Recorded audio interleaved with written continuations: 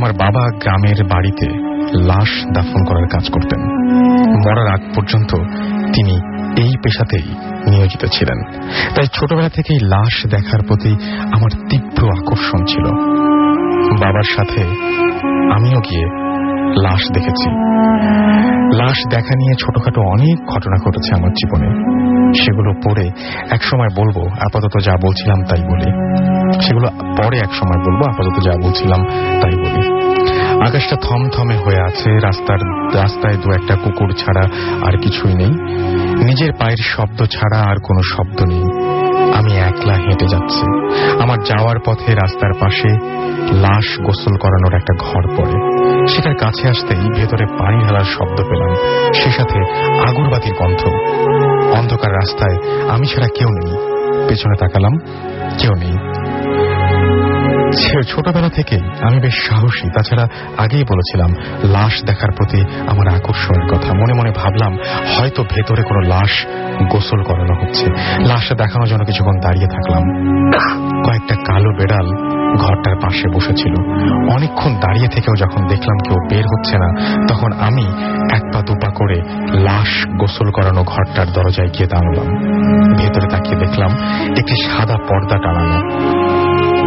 সাধারণত লাশ গোসল করার সময় এই পর্দার টানানো হয় যাতে বাইরের কেউ না দেখতে পারে, কিন্তু ঘরটির ভেতরে কোনো মানুষ দেখতে পেলাম না। কেবল 100 পাওয়ারের একটি বাল্ব নীরবে আলো দিয়ে যাচ্ছে। কৌতূহল নিয়ে ভেতরে প্রবেশ করলাম। ঘরটার মাঝখানে সাদা পর্দা টানানো। পর্দার কাছে গিয়ে এক হাতে পর্দা ছড়ালাম। দেখলাম উঁচু জায়গায় কাফনের কাপড়ে ঢাকা একটা লাশ পড়ে আছে, কিন্তু আশেপাশে কাউকে দেখতে পেলাম না। কেমন যেন খটকা লাগলো মনের ভেতর। কি মনে করে যেন সেখান থেকে বেরিয়ে আসতে পা বাড়ালাম। ঠিক তখনই ঘটল অপ্রত্যাশিত ঘটনা। বিকট শব্দ করে 100 পাওয়ারের লাইটটা ফেটে পড়লো আমার সামনে। অন্ধকার ঢেকে গেল আমার চারপাশ। পকেট থেকে মোবাইল বের করে আলো জ্বালিয়ে দরজা খুঁজতে লাগলাম, কিন্তু একই অবস্থা। কোথাও দরজা খুঁজে পাচ্ছি না। চিৎকার করবো সেই অবস্থাও নেই। গলা দিয়ে এক ফোঁটা স্বর বের হচ্ছে না। নাকের মধ্যে আবার এসে ধাক্কা খেল তীব্র আঁতরের গন্ধ। কিছু একটা শব্দ কানের ভেতরে এলো। পেছনে ঘুরে তাকালাম। কি যেন সাদা পর্দাটা সরিয়ে জায়গাটা উন্মুক্ত করেছে। মোবাইলের আলোটা সামনে ধরলাম। মোবাইলের আলোতে আমি যা দেখলাম তা আমার জীবনের সবচেয়ে ভয়ঙ্কর দৃশ্য। আমি দেখলাম পর্দা সরিয়ে লাশটা উঠে আমার দিকে আসছে। অনেকটা কুঁজো হয়ে সাদা কাফনে মোড়া লাশটা এক পা দুপা করে আমার দিকে এগিয়ে আসছে। আমি বেরোনোর রাস্তা খুঁজতে লাগলাম, কিন্তু কিছুই খুঁজে পেলাম না। লাশটা ততক্ষণে আমার পেছনে এসে দাঁড়িয়েছে। পেছনে ফিরে তাকালাম, দেখলাম আমার থেকে মাত্র 1 হাত দূরে কাফনে ঢাকা লাশটা কুঁজো হয়ে দাঁড়িয়ে আছে। একটা হাত বেরিয়ে আসছে কাফনের ভেতর থেকে। আমি আর সহ্য করতে পারলাম না, জ্ঞান হারালাম। যখন জ্ঞান ফিরল দেখলাম আমার পাশে কয়েকটা নাইট গার্ড দাঁড়ানো। আমাকে লাশ গোসল করানো ঘরের কাছে অজ্ঞান অবস্থায় পড়ে থাকতে দেখে এরপর থেকে আমি রাতে চাকরি ছেড়ে দেই। কোনো লাশ দেখলে আমি আজও ভয় পাই। এরপর থেকে আমি লাশ দেখা থেকে নিজেকে আড়াল করে রেখেছি। রাসেল ভাই, এই ছিল আমার ঘটনা। ঘটনাটি পড়ে শোনালে ভালো লাগবে। যাই হোক, আমি ঘটনাটি পড়ে শোনালাম এবং আশা করছি যে আপনাদের সবার ভালো লেগেছে।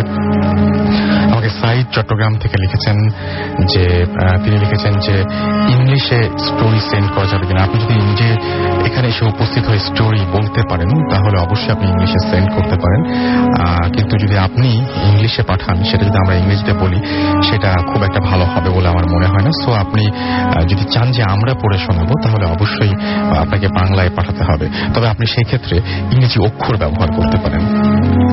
রনি আমাকে লিখেছেন যে থ্যাঙ্কস জানিয়েছেন তিনি, এবং তিনি বলেছেন যে তার পক্ষ থেকে এবং নিতুর পক্ষ থেকে থ্যাঙ্কস। আর তিনি ভূত এফএম অনেক পছন্দ করেন। মিকাইল খুলনা থেকে আমাদের এসএমএস করেছেন আমাদেরকে। মিনহাজ ময়মনসিং থেকে, কাউসার আমাদের পুলিশ লাইন ময়মনসিং থেকে এসএমএস করেছেন।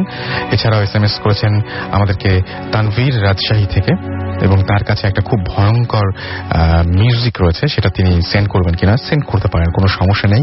মিল্টন নরসিংদী থেকে আমাদের নরসিংদী দাসপাড়া থেকে এসএমএস করেছেন। রাসেল ভাই, আপনার কাছে আমার প্রথম প্রশ্ন, আপনি আমার ফুল এসএমএসটা পড়েন না কেন? আচ্ছা, আপনার এসএমএস এর পরের কোনো অংশ আর নাই এখানে, সো আমার মনে হয় যে আমি আপনার ফুল এসএমএসটি পড়েছি। দেবাশিস দাস আমাদের এসএমএস করেছেন আমাদেরকে অন্ত্র, এটা কি অন্ত্রা হবে নাকি আন্ত্রা হবে আমি ঠিক জানি না।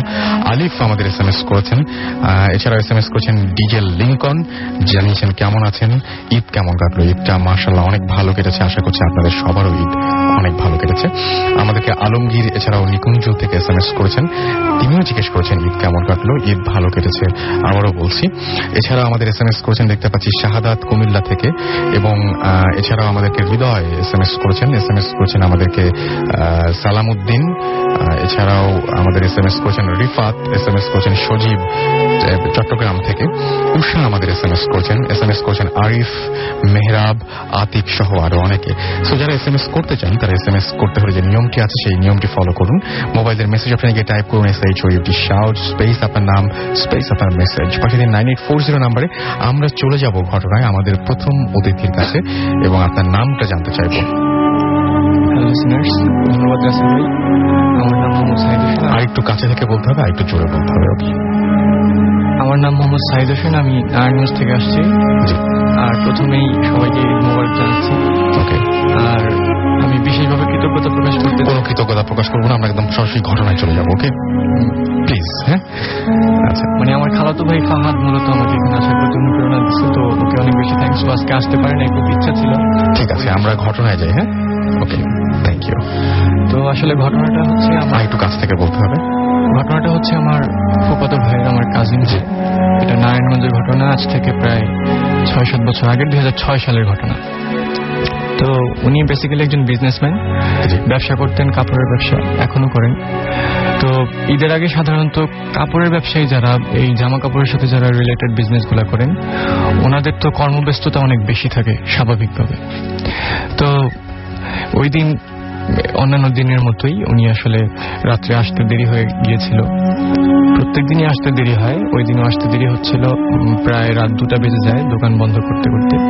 তো এত রাত্রে তো সাধারণত রিক্সা বা অন্য কিছু পাওয়াটা দুষ্কর ব্যাপার, হার্ডলি পাওয়া যায়। তো ওই দিন উনি পাননি, এই জন্য সিদ্ধান্ত নিলেন যে হাঁটতে হাঁটতেই বাসায় চলে আসবেন। তো এখানে বলে রাখা ভালো, বাসায় ফেরার সময় সবসময় তাকে একটা গোরস্থান ক্রস করতে হতো। তো উনি যখন গোরস্থানের প্রায় কাছাকাছি চলে আসলেন, উনি হঠাৎ করে ফিল করলেন যে ওনার পেছন থেকে মানে কয়েকজন দৌড়ে আসছে অনেক জোরে। উনি পেছন দিকে তাকিয়ে দেখলেন প্রায় 10 থেকে 12টি কুচকুচে কালো রঙের কুকুর তাকে তাড়া করছে। তো উনি দেখে মোটামুটি বেশ ভয় পেলেন, কিন্তু উনি এটা চিন্তা করলেন যে এখন যদি আমি কুকুর দেখে ভয় পেয়ে দৌড় দেই তাহলে তারা আরো বেশি আক্রমণাত্মক হয়ে যেতে পারে। এই জন্য উনি দৌড় না দিয়ে উনি ওনার মতো করে ভেতরে ভয় রেখে উনি আস্তে আস্তে হাঁটতে থাকলেন।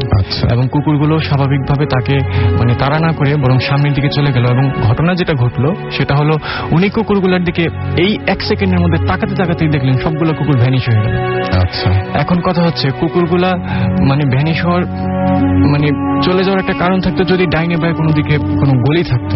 রাস্তাটা ছিল স্ট্রেট সোজা, ডান বায়ে কোনো গলি ছিল না। সুতরাং কুকুরগুলো এত অল্প সময়ে এত দ্রুত ভ্যানিশ হয়ে যাওয়ার কোনো কারণ নেই, বা কোনো জায়গায় চলে যাওয়ার কোনো কারণ নেই। তার চোখের সামনে কুকুরগুলো ভ্যানিশ হয়ে গেছে। তো উনি এটা দেখে আরো ভয় পেলেন। এবার উনি হাঁটার গতি একটু বাড়িয়ে দিলেন, কারণ উনি তখন যে জায়গাটাতে অবস্থান করছিলেন বা যেখানে হাঁটছিলেন সেই জায়গা থেকে তার বাসার দূরত্ব 10 থেকে 12 মিনিটের ওয়াকিং ডিস্টেন্স হবে। আচ্ছা, উনি হাঁটছিলেন একটু দ্রুত। তখন আপনি মানে সে আবার ফিল করলো যে তার পেছন থেকে এবার আরো কেউ মানে একটা ফিগার তাকে ট্রেস করছে, পেছন থেকে ফলো করছে হয়তো। উনি পেছন দিকে তাকিয়ে কাউকেই দেখতে পেলেন না। উনি আবার হাঁটা শুরু করলেন জোরে, আবার পেছনে তাকালেন। মানে উনি বুঝতে পারছেন ওনার পেছনে কেউ একজন আছে। আসলে ওখানে ভিজিবল কেউ ছিল না, কাউকে দেখা যাচ্ছিল না। আচ্ছা, তো উনি ব্যাপারটাতে খুব বেশি ভীত হলেন। এবার উনি হাঁটার গতিকে আরেকটু বাড়িয়ে দিয়ে মোটামুটি একটু দৌড়ানো শুরু করলেন, যত দ্রুত বাসায় যাওয়া যায়। কিন্তু মানে তখন মনে হচ্ছিল পেছন থেকে যে ফিগারটা তাকে মানে ফলো করছিল, তখন মানে ব্যাপারটা এমন হয়েছিল যে তাকে ধরার চেষ্টা করছে। এবার তখন হাঁটছিল পেছন থেকে, এখন ধরার চেষ্টা করতেছে। আচ্ছা, তো উনি এবার জোরেই দৌড় দিলেন এবং সামনে দেখলেন যে আমাদের ওই যে গোরস্থানটার কথা বললাম, একটা গোরস্থান থেকে সবসময় ক্রস করতে হয়, গোরস্থানের গেটটা তার সামনেই ছিল। এবার উনি চিন্তা করলেন যে গোরস্থানের ভিতরে তো সাধারণত খারাপ কিছু থাকে না। এই চিন্তা করে উনি গোরস্থানের ভিতরে দৌড় মানে একটা ঢোকার জন্য দৌড় দিলেন অনেক জোরে। আচ্ছা, আর সাথে সাথে পেছনের যে ব্যাপার ফিগারটা ছিল, যেই জিনিসটা ছিল, ওটা তাকে ধরার জন্য চেষ্টা করছিল এবং আলটিমেটলি তার কলারে ধরে ফেলেছিল আর কি। কিন্তু উনি নিজেকে কোনো রকমে ছুটিয়ে লাফ দিয়ে আর কি গোরস্থানের গেটের ভিতরে চলে গেলেন এবং ভিতরে যাওয়ার পরে বাইরের দিকে তাকিয়ে দেখলেন তখনও মানে পেছনে কেউ ছিল না। এবার উনি আসলে অনেক বেশি ভয় পেয়ে গেলেন, দিক বিদিক জ্ঞান শূন্য হয়ে গোরস্থানের ভেতর দিয়ে দৌড়াদৌড়ি করতে থাকলেন। এবং একটু বলে, গোরস্থানের গেটটা ছিল পূর্ব দিকে মুখ করা, এবং একটু সামনের দিকে গেলে ডান দিকে পশ্চিম মানে সামনের দিয়ে পশ্চিম দিক দিয়ে একটা রাস্তা ছিল, ওখান থেকে বের হয়ে যেত, মানে গোরস্থানের বাইরে বের হয়ে যেত। উনি চিন্তা করলেন ওখান দিয়ে আমি বের হয়ে বাসায় চলে যাব। তো ওখান থেকে বের হওয়ার সময় ওনাকে আবার কয়েকটা কবর ছিল, ওইটা ক্রস করতে হয়েছে আর কি। আর কবরগুলো ক্রস করতে গিয়ে আরেকটা ভয়ঙ্কর ঘটনা যেটা ঘটলো সেটা হলো তার একটা পা, বাম পাটা একটা ছোট্ট কবরের ভিতরে ঢুকে যায়। আর স্বাভাবিকভাবে ওইরকম একটা পরিস্থিতিতে মানে রাত্রের 2টা-2:30 বাজে, তখন আমার একটা পা যদি গোরস্থানের ভিতর কবরের ভেতর ঢুকে যায়, স্বাভাবিকভাবে আমার জ্ঞান থাকার কথা না। উনিও স্বাভাবিকভাবে জ্ঞান হারিয়ে ফেলেন, সেন্সলেস হয়ে যান। এবং কিছুক্ষণ পরে না কতক্ষণ পরে উনি নিজেও বলতে পারবেন না, উনি মানে চোখ খুললেন। চোখ খোলার পরে দেখলেন যে মানে তখনও ভোর হয় নাই, তখনও রাতের অন্ধকারটা ছিল, কিন্তু উনি নোটিস করলেন ওনার পাশে কেউ একজন বসে আছে। এবং চোখ খোলার পরে দেখলেন বৃদ্ধ একটা লোক, আমরা মানে দরবেশ বা এরকম যা বুঝি আর কি, মানে খুব পুণ্যবান ব্যক্তি বা এরকম একটা লোক, বয়স্ক, সাদা দাড়িওয়ালা, সাদা ড্রেস পরা, তার পাশে বসা, হাতে তসবি। তো উনি তার দিকে তাকালেন, কিন্তু আমার যে ভাই ছিল উনি আসলে কথা বলতে পারছিলেন না ওই সময়। আর তাকে দেখা হঠাৎ করে মানে চোখ খোলার পরে ওই লোককে দেখার পরে তো সে আরো বেশি ভীত হয়ে যায়, মানে একরকম বাকরুদ্ধ হয়ে যায় আর কি। আচ্ছা, পরে উনি আসলে কিছু বলেন নাই, কিন্তু ওই যে লোকটা ছিল দরবেশ টাইপের যে লোকটা, উনি তাকে একটা তাবিজ দিলেন। তাবিজ দিয়ে বললেন যে এই তাবিজটা তুই তোর কাছে রাখবি, যতদিন রাখবি ততদিন তুই সেফ থাকবি, তোর কোনো প্রবলেম হবে না, কিন্তু তুই এই তাবিজটা বেশি দিন রাখতে পারবি না। সেই কথাটাও বলে দিয়ে গেছিল। তো এরপরে সে তাবিজটা তার হাতে দিয়ে যায় এবং ওই লোকটা চলে যায় এবং সে সাথে সাথে জ্ঞান হারিয়ে ফেলে এবং পরবর্তীতে সে নিজেকে বাড়িতে খাটের উপর মানে আবিষ্কার করে। তো আমরা পরবর্তীতে কৌতূহলবশত তার কাছে ঘটনাটা জানতে চেয়েছিলাম। জানতে চাওয়ার পরে সে ঘটনাটা বলল এবং ওই যে তার কলার ধরে যে একটা ফিগার তাকে টান দিয়েছিল, সে বলেছিল যে ওই বড় বড় নখওয়ালা ছিল আঙ্গুলগুলা। এবং পরবর্তীতে মানে সবচেয়ে আশ্চর্যের বিষয় হলো আমরা তার পিঠের মধ্যে নখের আঁচড় পড়লে যে একটা দাগ হয়ে যায়, এই আঁচড়টা আমরা দেখেছিলাম, আমি নিজে দেখেছি। আচ্ছা। এবং আরো একটা মজার বিষয় হচ্ছে পরবর্তীতে সে ওই যে লোকটা তাকে তাবিজ দিয়ে গিয়েছিল, ওই লোকটাকে সে খুঁজতে গিয়েছিল পরে, এবং খুঁজতে গিয়ে ওই এলাকার লোকজনের কাছে জিজ্ঞেস করছে, কিন্তু ওই এলাকার কোন লোকই এরকম কোন ব্যক্তির সন্ধান দিতে পারে নাই। এবং মজার বিষয় হচ্ছে ওই যে সে বলে গিয়েছিল যে এই তাবিজটা তুই বেশি দিন রাখতে পারবি না, এবং 3-3.5 মাসের মধ্যে ওই তাবিজটা সে হারিয়ে ফেলে। এই ছিল আপনার ঘটনা। ওকে, থ্যাংক ইউ সো মাচ, আপনাকে অনেক ধন্যবাদ। আমার কাছে আরো একটা ঘটনা রয়েছে, এবং আমরা সাধারণত অনেক সময় এরকম হয় যে বিভিন্ন জায়গার ঘটনা আমাদের কাছে থাকে, প্রচলিত কিছু ঘটনা, প্রত্যেকটা এলাকার একটা নিজস্ব ঘটনা রয়েছে, সেই ঘটনাটা হয়তো অনেক সময় নর্মাল থাকা হয় না। তো আপনারা যদি আপনাদের আশেপাশে, বাসার আশেপাশে দেখবেন যে কোনো একটা পুকুর নিয়ে কোনো একটা গল্প রয়েছে, কোনো একটা মাঠ নিয়ে কোনো একটা গল্প রয়েছে, কোনো একটা গাছ নিয়ে একটা গল্প রয়েছে। তো এই ধরনের ঘটনা বহু বছর ধরে চলে আসে এবং আমাদের মানে প্রজন্মের পর প্রজন্ম চলতে থাকে।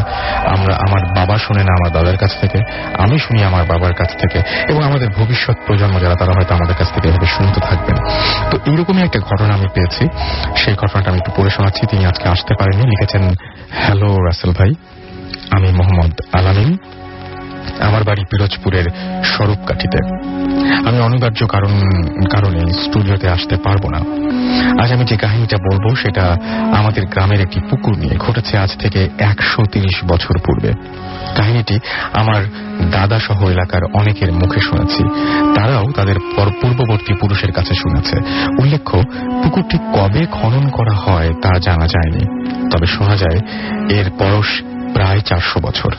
এই পুকুরের অন্যতম আশ্চর্যজনক ব্যাপার ছিল যে পুকুরের আশেপাশে কারো বিয়ে হলে অনুষ্ঠানের জন্য পুকুর থেকে উঠে আসত বিভিন্ন থালা বাসন, যাদের মধ্যে কিছু ছিল সোনার আর বাকিগুলোতে ছিল আশ্চর্যজনক নকশা করা। বিবাহ অনুষ্ঠানে আগের রাতে যদি একজন বুজুর্গ ব্যক্তি পুকুর ঘাট পরিষ্কার করে কিছুক্ষণ আল্লাহর ইবাদত করতেন, তবেই ওই রাতে সব থালা বাসন উঠে আসত। নিয়ম ছিল অনুষ্ঠান শেষে এগুলো ধুয়ে ওই ঘাটে রেখে আসা, ফলে ওই রাতে আবার তা পুকুরে নেমে যেত। কিন্তু একদিন এক মহিলা এ থেকে একটি সোনার লবণের বাটি নিজের কাছে রেখে দেয়। যথা নিয়মে বাকি থালা বাসনগুলো ঘাটে রেখে আসা হয়। সেই রাতে সেগুলো নেমে যায়, ফলে ওই মহিলা ভাবে বোধহয় কিছুই হবে না। সে সোনার বাটিটি তার একমাত্র মেয়েকে দেখিয়ে গোপন জায়গায় আটকে রাখে। কিন্তু কয়েকদিন পর রাতে সে স্বপ্ন দেখে কেউ একজন তাকে বলে সে যেন বাটিটি রেখে আসে। তারপর সে রেখে আসে না। তারও কয়েকদিন পর সে ওই পুকুরে নামে কলসি করে পানি আনতে। হঠাৎ কিসে যেন তার পা পেঁচিয়ে ধরে পানির মধ্যে টেনে নিয়ে যায়। তারপর অনেক খোঁজ করা হয় ওই পুকুরে, কিন্তু তার লাশের কোনো সন্ধান মেলে না। সন্ধান মেলে তার ঠিক 3 দিন পর হঠাৎ করে তার লাশ ভেসে ওঠে পুকুরের মাঝখানে। পরে যখন লাশ ওপরে তোলা হয় তখন তার পায়ের শিকলের কালো ছাপ পাওয়া যায়। সবাই আতঙ্কিত হয়ে পড়ে। তার মেয়ে সবাইকে সব খুলে বলে। ফলে সবাই খোঁজ করতে শুরু করে সেই লবণের বাটি, কিন্তু পাওয়া যায় না কোথাও। তার মেয়ে সেই গোপনীয় জায়গাটায় খুঁজে পায়নি। তারপর থেকে এই পুকুর হতে কোনো বাসন ওঠে না। কিন্তু ঘটনা এখানেই শেষ না। সেই মহিলা, সেই মেয়েটির বয়স যখন 35-এর কাছাকাছি, তখন তাকে স্বপ্নে দেখানো হয় যে তাকে পুকুর হতে তাকে কিছু দেয়া হবে। সে যদি নিজে চায় তবে পরবর্তী পূর্ণিমায় সে যেন অনেক রাতে ঘরের মাঝে নামাজ পড়তে থাকে এবং কাউকে যেন এ বিষয়ে কিছু না বলে। বললে তার অনেক প্রায়শ্চিত্ত করতে হবে। সে যথাসময়ে নামাজ পড়তে বসে। তারপর তার ঘর ছিল পুকুরের নিকটে। গভীর রাতে সে দেখে পুকুর থেকে ঝিলমিল আলো বিচ্ছুরিত করে কি যেন উঠে আসে তার ঘরের দিকে, বিকট শব্দ করে এগিয়ে আসতে থাকে। সে দেখল ক্রমেই সেটা ঘরের মধ্যে প্রবেশ করছে। সে তখন প্রচন্ড ভয় পেয়ে চিৎকার শুরু করে এবং দেখে সেটা আবার পুকুরে নেমে যাচ্ছে। এরই মধ্যে বাড়ির সবাই এসে পড়ে। সবাই আসলে মহিলা সব বলে দেয়। শুনে সবাই পুকুর পাড়ে গিয়ে চাঁদের মৃদু আলোতে যা দেখল তা খুবই ভয়ঙ্কর ছিল। এতদিন পুকুরে যে বড় টগর হয়েছিল তা উলট পালট হয়ে একাকার হয়ে গেছে। এত বড় পুকুরের এতগুলো টগরের এমন দশা বাস্তবে বিশ্বাসের অযোগ্য ছিল। এর কিছুদিন পর ওই মহিলা যখন ঘাটে নামে তখন কিছু একটা তার পায়ে টান দেয়, কিন্তু তার ভাগ্য ভালো বলে পাশের সবাই তাকে ধরতেই সে রক্ষা পায়। পরে উপরে উঠে সেও দেখতে পায় তার পায়ে একটা শিকলের দাগ, যা পাওয়া গিয়েছিল তার মায়ের পায়ে। এরও কিছুদিন পরে রাতে তার ঘর থেকে একটা চিৎকার শুনে সবাই তার ঘরে যায়, কিন্তু ঘরে কাউকেই পাওয়া যায় না। যা পাওয়া গিয়েছিল তা ছিল তার ঘরের মেঝেতে একটি গর্ত। চিৎকারের পর সেই মহিলার আর কোনো খোঁজ পাওয়া যায়নি। আর এরপর থেকে এই পুকুরে কোনো খারাপ ঘটনা ঘটেনি। এই ছিল আমার ঘটনা। ভালো লাগলে পড়ে শোনাবেন, খুশি হব। আমি পড়ে ফেললাম আপনার ঘটনা। যাই হোক, শুনছেন সবসময় রেডিও ফুর্তি, চলছে ভূত এফএম হন্টেড বাই এয়ারটেল। আর আপনারা যদি আজকে আনফরচুনেটলি আজকের এই চমৎকার এপিসোডটি কেউ মিস করে ফেলেন, তাহলে একেবারে চিন্তার কিছু নেই। আপনি এয়ারটেল এম রেডিওর মাধ্যমে আবারও এই এপিসোডটি শুনতে পাবেন। সেজন্য আপনাকে যেটা করতে হবে, আপনার এয়ারটেল নাম্বার থেকে ডায়াল করতে হবে 4040, সিলেক্ট করতে হবে চ্যানেল 22, এবং তারপরে দেখবেন যে একের পর এক বিভিন্ন এপিসোডের অপশন আপনাকে দেওয়া হচ্ছে। যে এপিসোডটি আপনি মিস করেছেন সেই এপিসোডটি, অথবা যে এপিসোডটি আপনি পুনরায় শুনতে চান সেই এপিসোডটি আপনি চাইলেই শুনতে পারেন।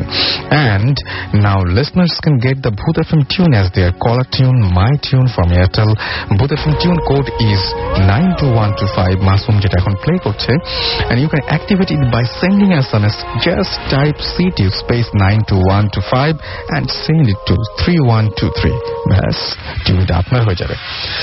আমরা চলে যাচ্ছি ঘটনায়, এবং এখন যে ঘটনাটা শুনবো সেটা হচ্ছে আরো একজন লিসেনার রয়েছেন, তবে তার আগে কিছু SMS পড়ে ফেলতে হবে। আরিয়ান আমাকে SMS করেছেন, আরিয়ান নিকিতা নারায়ণগঞ্জ থেকে। তিনি বলছেন যে আমার পাপা ও আম্মু আজ ভূত এফএম শুনছে, তারপরও ভয় লাগছে। মিরাজ বাসার ছাদে একা বসে ভূত এফএম শুনছেন। সুমাইয়া SMS করেছে আমাকে, সুমাইয়া এবং রেদওয়ান, এবং তারা মজা করে ভূত এফএম শুনছেন। অভি আমাদের SMS করেছেন খুলনা থেকে, এবং তিনি বলছেন তারা সবাই মিলে ভূত এফএম শুনছেন। তাদের সঙ্গে রয়েছেন পান্থ, ইয়াসিন, সুজন, সানি, নয়ন, মঈন, তারা সবাই শুনছেন। বাবলু, বক্তিয়ার, রুহুল, সুমন, রবি সবাই বাগেরহাট থেকে আমাদের SMS করেছেন। তারা সবাই বরিশাল ইউনিভার্সিটিতে অ্যাডমিশন এক্সাম দিতে এসেছেন, এবং তারা সবাই আমাদের সঙ্গে রয়েছেন এই মুহূর্তে। ইমন আমাদেরকে SMS করেছেন, এবং আমাদেরকে SMS করেছেন দেখতে পাচ্ছি আরিফ SMS করেছেন আমাদেরকে বাংলা ভূত যশোর থেকে। রাফি আমাদের যাত্রাবাড়ি থেকে SMS করেছেন। রবি আমাদের SMS করেছেন রহিম খুলনা ইউনিভার্সিটি থেকে, এবং তিনি আজকেরটা আজকে যে ঘটনা, সেই ঘটনাটি আমার পছন্দ হয়েছে। আমাদেরকে ইথার SMS করেছেন ময়মনসিং থেকে, আমাদেরকে SMS করেছেন দেখতে পাচ্ছি ব্রলি, এছাড়াও SMS করেছেন আমাদেরকে শুকুর, SMS করেছেন হাসি পাপড়ি ভূতের গলি থেকে, মাহিম খুলনা থেকে, মামুন নারায়ণগঞ্জ থেকে, পিয়াস রাজশাহী থেকে আমাদেরকে SMS করেছেন রুমা, এছাড়াও SMS করেছেন আমাদেরকে লাবিবা সহ আরো অনেকে। সো আপনি যদি SMS করতে চান তাহলে মোবাইলের মেসেজ আপনি গিয়ে টাইপ করুন SHOUT শাউট স্পেস আপনার নাম স্পেস আপনার মেসেজ আর পাঠিয়ে দিন 9840 নাম্বারে আপনার এয়ারটেল নাম্বার থেকে বা অন্য যে কোনো নাম্বার থেকে। চলে যাচ্ছি পরবর্তী ঘটনায়। আমাদের পরবর্তী লিসনারের কাছে আপনার নামটা বলবেন, কোথা থেকে এসেছেন সেটা একটু বলবেন প্লিজ। হাই লিসনার্স, আমি মোহাম্মদ আসিফ হাসান রাসেল বলছিলাম। আমি এসেছি খেলগাগোড়া থেকে। আমি একটি সফটওয়্যার ফার্মে সফটওয়্যার কোয়ালিটি অ্যাসুরেন্স ইঞ্জিনিয়ার হিসেবে জব করছি। অ্যাকচুয়ালি আমি এখন যে ঘটনাটা বলতে যাচ্ছি সেটা হচ্ছে আমার দাদার সাথে ঘটে যাওয়া একটি ঘটনা। এই ঘটনাটি ঘটেছে আজ থেকে প্রায় 28 বছর আগে, 1984-এ। আমার দাদা ছিলেন বাংলাদেশ সচিবালয়ের একজন কর্মকর্তা। তিনি একদিন রিক্সা করে বাসায় আসছিলেন। বাসায় আসার পরে বাসার গেটের সামনে যখন নামলেন তখন এক রিক্সাওয়ালা তাকে ডাক দিয়ে বললেন, স্যার একটু এদিকে আসবেন। আমার দাদা তাকে সে এগিয়ে গেল। এগিয়ে গিয়ে জিজ্ঞেস করলেন কি হয়েছে। তখন রিক্সাওয়ালা বলল, স্যার আপনার বাসার উপর দিয়ে খারাপ কোনো জিন যাতায়াত করে। তখন আমার দাদা জিজ্ঞেস করলো যে তুমি এটা কিভাবে বুঝতে পেরেছো যে আবার বাসার উপর দিয়ে খারাপ জিন যাতায়াত করে। তখন বললো, স্যার আপনি কি রাতের বেলা আপনার যে টিনের ঘর তার চালে কি ধান পড়ার কোনো শব্দ পান? তখন স্যার বললো, তখন আমার দাদা বললো যে হ্যাঁ, মাঝে মাঝে আমি সেই শব্দটা পাই এবং সেটা অনেক রাতে, গভীর রাতে এই ব্যাপারটা ঘটে। আর মাঝে মাঝে এমনও হয় যে টিনের চালে কেউ অনেক জোরে জোরে পাড়াচ্ছে। আচ্ছা, বাট আমার দাদা ঘর থেকে বের হয়ে গিয়ে কখনো কাউকে খুঁজে পাননি। দেন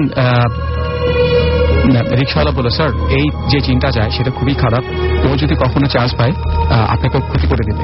তখন আমার দাদা বললো যে তাহলে আমি কি করতে পারি?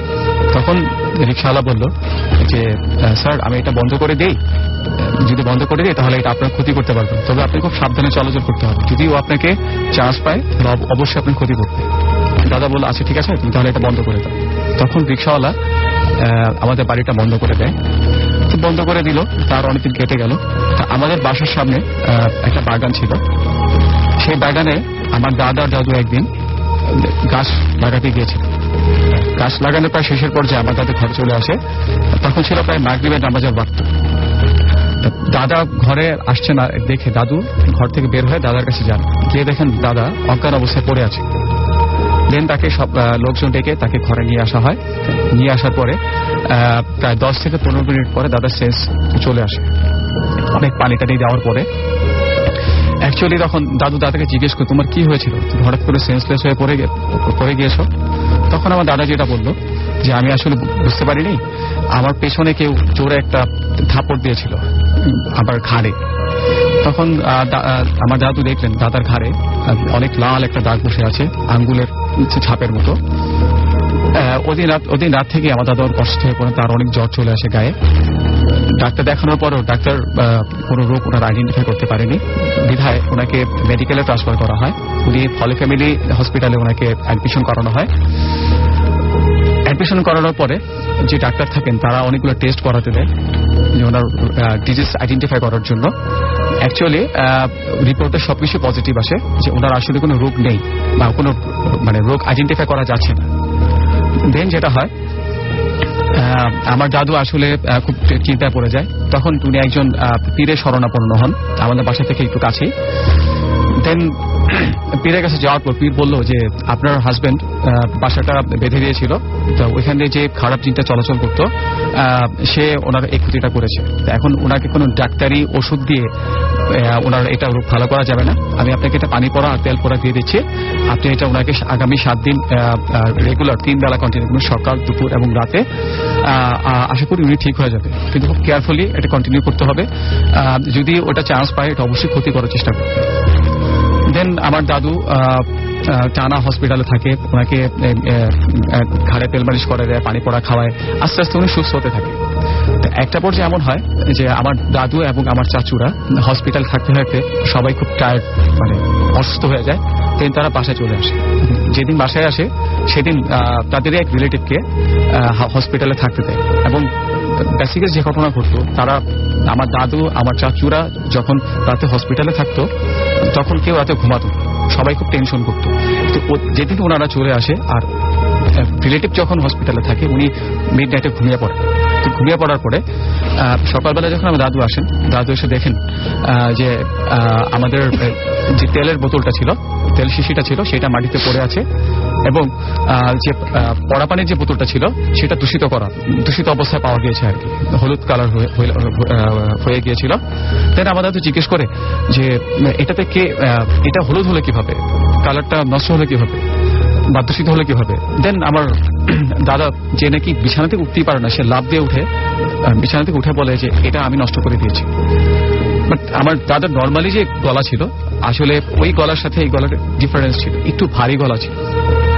এরপর যে ঘটনা ঘটে যে আমার দাদু বুঝতে পারে যে আসলে কোনো একটা প্রবলেম হয়েছে। কিছুক্ষণ পরে আমার দাদা বিছানায় শুয়ে পড়েন, তার আর কোনো সেন্স থাকে না। তখন ছিল সকাল 8টা। ঠিক তার কিছুক্ষণ পরে 3 ঘন্টা পরে আমার দাদা সকাল 11টার দিকে মারা যান। অ্যাকচুয়ালি এটা কি ধরনের, আমি এটা কিভাবে এক্সপ্লেন করবো সেটা বলতে পারবো না। তবে আমার দাদু এবং আমাদের বাসার সবাই ব্যাপারটাকে এভাবে এক্সপ্লেন করে, এটা একটা প্যারানর্মাল ঘটনা ছিল যার কারণে আমার দাদার মৃত্যু হয়েছে। ওকে, আপনাকে অনেক ধন্যবাদ এবং আপনার সেই ঘটনার জন্য। আমরা পরবর্তী ঘটনায় যাব, তবে তার আগে ছোট্ট একটা আমাদের ব্রেক নিতে হবে। ইন দ্য মিন টাইম আমি বলি কিছু SMS পড়ে ফেলবো অবশ্য তার মাঝখানে। আমাদেরকে আশরাফুল SMS করেছেন, আশরাফুল, দেলোয়ার এবং সুমন। তারা SMS করেছেন কাদিরপুর থেকে এবং তারা বুথ এফএম এনজয় করছেন। তৃপ্তি আমাদের SMS করেছেন খুলনা থেকে। তৃষা ব্যানার্জি আমাদের SMS করেছেন খুলনা থেকে। বুশরা মিরপুর থেকে SMS করেছেন। নীলাঞ্জনা আমাদের SMS করেছেন আমাদেরকে। এছাড়াও আমি দেখতে পাচ্ছি ওহি, এছাড়াও আমাদেরকে SMS করেছেন মঞ্জুরুল রাখি খুলনা থেকে। আমাদেরকে আলামিন SMS করেছেন চিটাগং থেকে। এছাড়াও আমাদেরকে SMS করেছেন, দেখতে পাচ্ছি ফায়াজ SMS করেছেন। আমাদেরকে SMS করেছেন রায়হান মামুন বাবু। তারা সবাই মিলে গাড়িতে ড্রাইভ করছেন এবং ভূত এফএম শুনছেন। আমাদেরকে নুমায়ার SMS করেছেন, নুমায়ার আহমেদ SMS করেছেন, তিনিও আমাদের সাথে রয়েছেন এই মুহূর্তে। এছাড়াও আমি দেখতে পাচ্ছি যে আমাদেরকে আরো অনেকে SMS করেছেন। আপনি যদি SMS করতে চান বা SMS পাঠাতে চান তাহলে মোবাইলের মেসেজ অপশনে গিয়ে টাইপ করুন SHOUT শাউট স্পেস আপনার নাম স্পেস আপনার মেসেজ পাঠিয়ে দিন 9840 নাম্বারে, আপনার এয়ারটেল নাম্বার থেকে বা অন্য যে কোনো নাম্বার থেকে। আমরা চলে আসছি ছোট একটা বিরতি নেব এবং বিরতির পরে ফিরে আসছি আবারও। So stay tuned for radio ফুর্তি এন্ড ডোন্ট স্টপ দ্য ফুর্তি।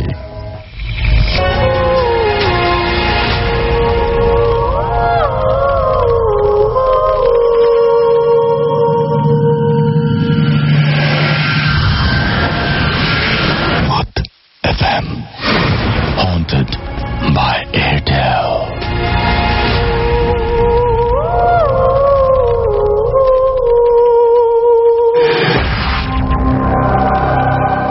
শুনছেন সবসময় রেডিও ফুর্তি আর চলছে ভূত এফএম হন্টেড বাই এয়ারটেল। আমি রাসেল আছি সাথে এবং দেখছি অলরেডি বেশ কিছু SMS চলে এসছে। আলভি উত্তরা থেকে SMS করেছেন এবং তিনি একটা অদ্ভুত কোয়েশ্চেন করেছেন যে লাইট এই মুহূর্তে স্টুডিওতে অফ আছে কিনা।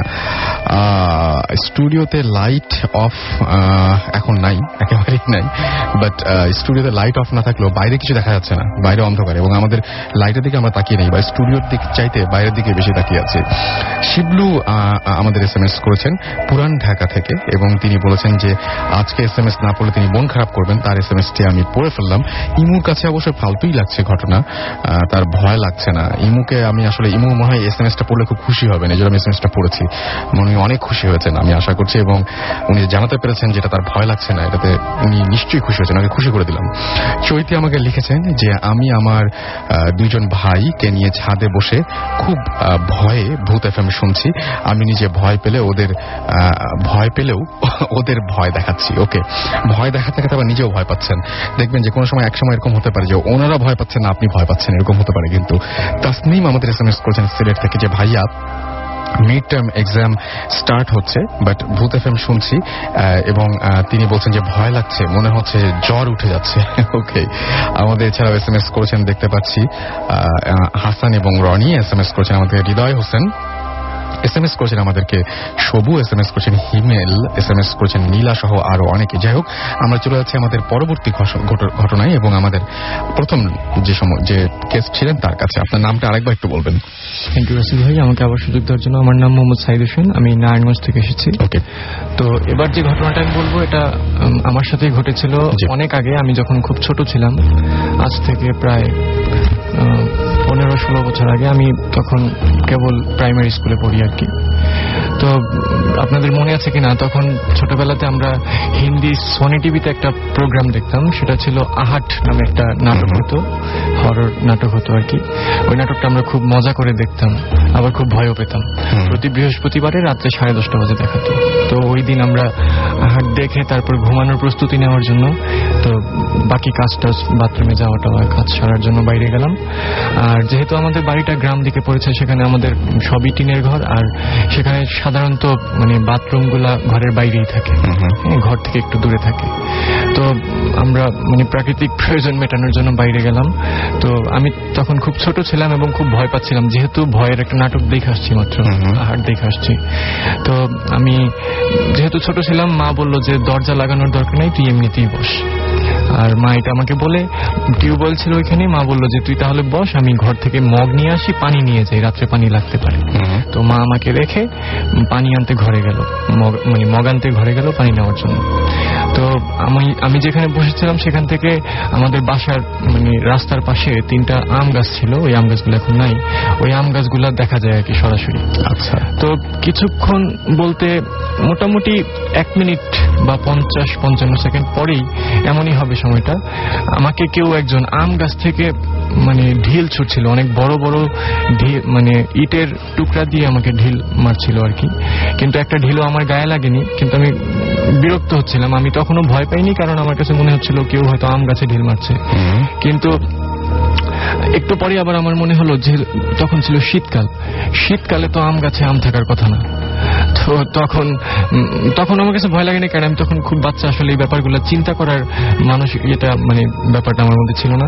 তো আমি তখন একটু বিরক্ত হয়ে চিন্তা করলাম যে আমাকে ইটগুলা ঢিল ছুড়েছে, ওই ইটগুলো আমি হাতে নিয়ে আমি আবার উল্টা তাদের দিকে মারবো আর কি। এইরকম একটা মানে অ্যাটিটিউড নিয়ে আমি বের হলাম। বের হওয়ার পরে যখনই ইটগুলো আমি নিয়ে তাদের মানে মারার জন্য ইটগুলো নিতে গেলাম হাতে, মানে সবচেয়ে ভয়ঙ্কর ঘটনা ওইখানেই ঘটলো। মোটামুটি 8-10টা ইটের টুকরো এখানে ছিল, প্রত্যেকটা ইটের টুকরো আমি ধরার আগেই ভেনিশ হয়ে গেছে আমার চোখে। আপনি নিজের চোখে দেখেছেন? আমি নিজের চোখে, এখনো মনে আছে আপনার? হ্যাঁ, আমার এখনো মনে আছে। এবং ওই ঘটনার পরে আমি সাথে সাথে খুব মানে কান্নাকাটি করেছিলাম, মাকে খুব জোরে ডাক দিয়েছিলাম, মা এসেছে, বাবা এসে আমাকে খুব জড়িয়ে ধরেছিল। এরপরে আমি মানসিকভাবে বলতে খুব ভীত ছিলাম। প্রায় 5-7 বছর আমার ট্রিটমেন্ট চলছে, বিভিন্ন মানে হুজুরদের কাছে গিয়ে আমাকে তাবিজ দেওয়া ছিল, আমার গলায় তাবিজ ছিল, হাতের মধ্যে তাবিজ ছিল, এইভাবে অনেক দিন চলছে। এবং এর পাশাপাশি আমি যে কিছু এক্সপিরিয়েন্স আমার ছোটখাটো হয়েছে, যেমন ওই আমাদের বাসাতেই আমি প্রায় রাত্রেই নুপুরের আওয়াজ শুনতাম, এটা অনেকেই শুনে, আমাদের বাসাতে এই ঘটনাটা ঘটতো, নুপুর পায়ে কেউ হাঁটতেছে। তারপরে টিউবওয়েল, অনেক রাত্রে টিউবওয়েল কেউ মানে যাচ্ছে, এরকম শব্দ আমি শুনতাম। তো টিনের ঘরে সাধারণত ছোট ছোট ছিদ্র থাকে। তো আমি একদিন কৌতূহলবশত, আমি তখন ক্লাস 8 বা 9-এ পড়ি হয়তো, আমি ওই টিনের ছিদ্র দিয়ে আমি টিউবওয়েলের দিকে একটু তাকালাম। তো আমি মানে দেখে যে জিনিসটা দেখে ভয় পেলাম সেটা হলো, টিউবওয়েলের দিকে আমি তাকিয়ে দেখলাম টিউবওয়েলের যে হ্যান্ডেলটা সেটা উপরের দিকে উঠছে আর নিচের দিকে নামছে, পানিও পড়ছে, কিন্তু সেখানে কেউ ছিল না। এটা দেখে আমি খুব ভয় পাই। আর মাঝে মাঝে যে ঘটনাটা ঘটতো, যেহেতু আমাদের ঘরটা ছিল টিনের ঘর, প্রতিদিন না, মোটামুটি সপ্তাহে 1-2 বার এই ঘটনাটা ঘটতো যে কেউ একজন কোন গাছের ডাল আমাদের ঘরের সাথে লাগিয়ে মানে ঘেঁষে ঘেঁষে নিয়ে যাচ্ছে আর কি, এরকম ঘটনাটা ঘটতো। এবং খুব জোরে শব্দ হতো। এই ঘটনাটা শুধু আমিই টের পেতাম না, আমার বাবা মা সবাই মানে প্রায় জেগে যেতাম আমরা রাতের বেলা। এবং বেশ কয়েকদিন আমার বাবা দৌড়ে সাথে সাথে মানে আওয়াজটা হওয়ার সাথে সাথে ঘর থেকে বেরিয়ে দৌড়ে ঘরের পেছনে যেত, পেছনে গিয়ে আসলে কাউকে দেখতে পেত না, এবং পিছনে যে ডালগুলো ছিল, ডালগুলো যে জায়গায় ছিল ঠিক সেই জায়গাতেই থাকতো আর কি।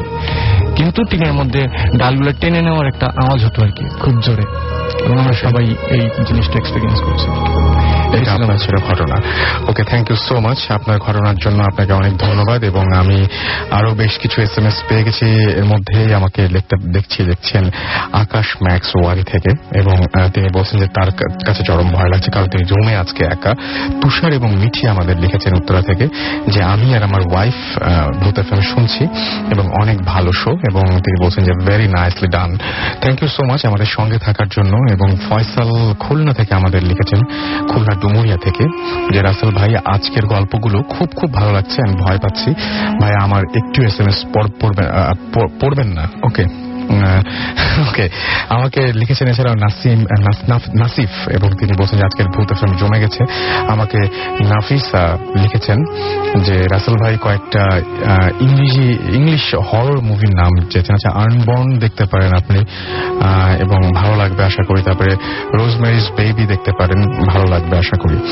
যাই হোক, আমাদের এছাড়াও দেখতে পাচ্ছি যে আরো বেশ কিছু SMS করেছে। রুমা চট্টগ্রাম থেকে আমাকে লিখেছেন, ইয়ামির আমাদের SMS করেছেন SK রনি ফ্রম শনি রাখরা, ইউসুফ আমাদের SMS করেছেন আমাদেরকে সাগর, SMS করেছেন ববি, SMS করেছেন মাসুম খান, এছাড়াও নির্ঝর SMS করেছেন SA বনি, SMS করেছেন দীপ্ত সহ আরো অনেকে। আপনি যদি SMS করতে চান তাহলে মোবাইলের মেসেজ ওখানে গিয়ে টাইপ করুন SHOUT শাউট স্পেস আপনার নাম স্পেস আপনার মেসেজ, পাঠিয়ে দিন 9840 নাম্বারে। আমরা পরবর্তী ঘটনায় যাব। থ্যাংকস রাসেল ভাইয়া for giving me the floor again. Asif Hasan Rasel ভাই, আমি ঘটনায় সরাসরি চলে যাচ্ছি। ঘটনাটা ছিল আমার মেজ মামাকে নিয়ে। আমার মেজ মামা ছোটবেলা থেকে গ্রামে বড় হয়েছে। অ্যাকচুয়ালি উনি একদিন ওনার ফ্রেন্ডের সাথে বাজি ধরেন যে ওরা একটা তুলা গাছে উনি একটা গজাল গান। তুলা গাছ লোকেশনটা ছিল এরকম, তুলা গাছের এক পাশে ছিল একটা পুকুর, আরেক পাশে আরেকটা পুকুর ছিল, পেছনের দিকে ধানি জমি ছিল। বাড়ি থেকে তুলা গাছটা অনেক দূরেই ছিল।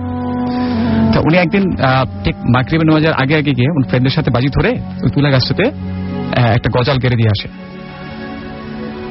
এবার কিছুদিন কেটে গেল। একদিন উনি গ্রামের বাজার থেকে বাজার করে বাড়িতে ফিরছিলেন। দেন যখন উনি তুলা গাছের নিচে আসেন, ক্রস করে যাচ্ছিলেন, তখন একজন হুজুর ওনাকে ডাক দেন, এই মাকসুদ এদিকে আয়। আমার মেজা মামার নাম ছিল মাকসুদ।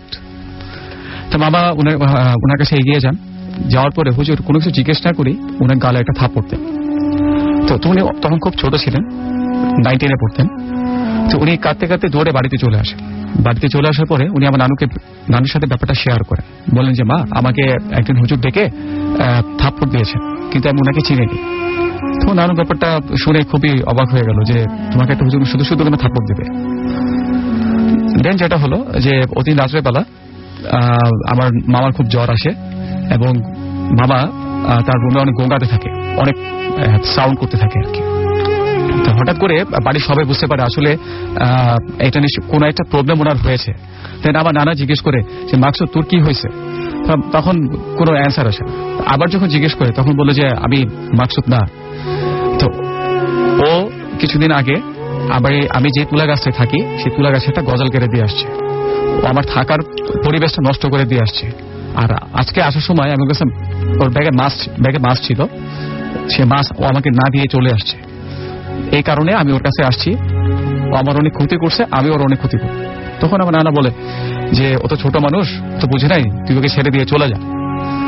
অ্যাকচুয়ালি আমার মামার গলায় যে গলায় কথা বলছিল, যে ভয়েসে কথা বলছিল, সেটা অ্যাকচুয়ালি মামার গলা ছিল না, সেটা একটু লাউড ছিল আর কি, একটু অন্যরকম ভয়েস ছিল আর কি। দেন সবাই শিওর হয় যে এটা আসলে মামার সাথে কোনো প্যারানর্মাল একটা অ্যাক্টিভিটি ঘটেছে আর কি। এরপর কিছুক্ষণ পরে মামা হঠাৎ করে সেন্সলেস হয়ে যায়। ওই দিন ঘটনা এখানেই শেষ। আর কিছুদিন পরে, অনেকদিন পরে অ্যাকচুয়ালি বলা যায়, তখন আমি মাত্র হয়েছে, আমার জন্ম হয়েছে আর কি। আমার জন্ম হয়েছে। দেন আমার জন্মের 14 দিনের মধ্যেই আমার খুব প্রচন্ড জ্বর আসে। আচ্ছা। এখন ডাক্তার নানুদের গ্রামে ছিল না, পাশের গ্রামে ডাক্তার ছিল। তখন আমার নানু আমার সেই মামাকে, মেজো মামাকে, মাকসুদ মামাকে পাশের গ্রাম থেকে ডাক্তারকে ডেকে আনার জন্য পাঠায়। ওকে। দেন যেটা হয় যে মামা যখন তার বাড়ি ক্রস করে যখন জমির মানে রাস্তা দিয়ে হেঁটে যাচ্ছিল, পাশে তখন জমি ছিল, আর এক পাশে জমি ছিল, এক পাশে ডোবা ছিল। তখন হয়ে গেছে প্রায় মাগরিবের নামাজের ওয়াক্ত হয়ে গিয়েছে। হঠাৎ করে দেখে সামনে থেকে একজন বুড়ো লোক ওনার দিকে এগিয়ে আসছে। তো উনিও সামনে হেঁটে যাচ্ছেন। তো বুড়ো লোকটা ওনার দিকে আসছেন এবং ওনার হাত ধরে পাশে যে ডোবাটা ছিল সেই ডোবার দিকে টেনে নিয়ে যাচ্ছে। তো উনি কিছু বুঝতে পারছিলেন আসলে কি হতে যাচ্ছে এখানে। উনি বুড়ো লোকটাই জিজ্ঞেস করে, আপনি আমাকে কেন টেনে ডোবার দিকে নিয়ে যাচ্ছে? দেন কোনো রেসপন্স আসে না। তখন আমার বাবা বুঝতে পারে যে এটা আসলে কোন নর্মাল মানুষ না, এটা নিশ্চয়ই জিন ট্যাগ কিছু একটা হতে পারে। দেন উনি যেটা করলেন যে সাথে সাথে যে ঘটনাটা ঘটে যে ওই লোকটা ওনাকে মারা শুরু করে। রাস্তার পাশে একটা গাছের ডাল, উনি গাছ ছিল, গাছের ডাল ভেঙে উনি বুড়ো লোকটাকে মারা শুরু করে। দু একটা বাড়ি দেওয়ার পরেই এই ঘটনা ঘটে। বুড়ো লোক ওনাকে মারতেছে, উনি ওনাকে মারতেছে, বাট উনি খুব বেশি পরিমাণে আহত হয়। উনি বুঝতে পারে ওনার সাথে পারবে না। দেন উনি দৌড়ে বাড়ির দিকে চলে আসেন। চলে এসে দেন আমার নানুকে সব ঘটনা খুলে পড়ে, কেঁদে কেঁদে নানুকে সব ঘটনা খুলে পড়ে। নানু বুঝতে পারে আসলে অ্যাকচুয়ালি পুরনো ঘটনার পুনরাবৃত্তি এখানে হয়েছে আর কি। ওই জিনটাই মামাকে আজকে মেরেছে। ওই দিন রাতের বেলা আমার বাবা ঢাকা থেকে আসে আমাকে দেখার জন্য। তার আগে আমার নানু আমার বাবাকে সবগুলো ঘটনা খুলে পড়ে। রাত যত গভীর হয় আমার বাবার গায়ে তত জ্বর বাড়তে থাকে এবং আবার আগের মতো সেই গোগানের সাউন্ড করতে থাকে। তখন যে ব্যাপারটা হয়, আমার বাবা তখন ওই জিনটার সাথে কথা বলে। অ্যাকচুয়ালি জিনটা মামার উপর ভর করেছে এবং মামার উপর ভর করেই সে কথা বলছিল। বাবা জিজ্ঞেস করে, তুই ওকে কেন ওর উপর আসছিস? দেন জিনটা বলে যে ও আমার অনেক ক্ষতি করছে। ও আমার গাছে, আমি যে গাছে থাকি, তুলা গাছে থাকি, পুকুর পাড়ে, সেই তুলা গাছও গজাল মেরেছে। আমি মাছ চাইছি, আমাকে মাছ দেয়নি, আজকেও আমাকে মেরেছে। তখন বাবা বলে, তুইও তো ওকে মেরেছিস, তুই ওকে ছেড়ে দিয়ে চলে যা, ওর ক্ষতি করিস না। বলতেছে, না আমি ওকে ছাড়বো না, ও আমার অনেক ক্ষতি করছে, ওর রক্ষা হবে না। দেন আমার বাবা বলে যে না, তুই ওকে ছেড়ে দিয়ে চলে যা, ওর অনেক কষ্ট হচ্ছে, এইভাবে থাকলে তো বেশি দিন বাঁচবে না। বলে না, আমি যাবো ঠিকই, কিন্তু ওর অনেক ক্ষতি করে দিয়ে যাবো। অ্যাকচুয়ালি আমার মামা অনেক ভালো স্টুডেন্ট ছিল। ওই ঘটনার পর থেকেই তার আসলে পড়াশোনা ঠিক মতো হয়নি। সে এইচএসসি কমপ্লিট করার পরে তাকে সৌদি আরব পাঠিয়ে দেওয়া হয়। সে ওখানে উনি প্রায় 10 বছর এখানে স্টে করার পরে উনি চলে আসার পরে ওনার আর কোনো ধরনের প্যারানর্মাল অ্যাক্টিভিটিস উনি ফেস করেন নাই। বাট উনি মাঝে মাঝে একটা কথা বলতেন যে একদিনে কেমন হয়েছে যে ওনাকে নাকি ওই জিনটা ধরে নিয়ে আমাদের বাসায় একটা পেয়ারা গাছ ছিল, সে পেয়ারা গাছে ওনাকে বসিয়ে রাখতেন। এটা আমার কাছে, এই জায়গাটা আমার কাছে খুব ইন্টারেস্টিং লেগেছে। আপনার গল্পের পুরো ঘটনাটার এই জায়গাটা খুব ইন্টারেস্টিং, যেটা আপনি এখন বলছেন। হ্যাঁ, মাঝে মাঝে পেয়ারা গাছের সাথে এনে বেঁধে রাখতো। তারপর কি হতো একটু বলেন? পেয়ারা গাছের ব্যাখ্যাটা না, তারপর কি হতো বলেন, ঘটনা বলে যান। আমার কাছে এই জায়গাটা, আমি লিসনারদের জন্য বললাম যে এই জায়গাটা অনেক ইন্টারেস্টিং, বলেন।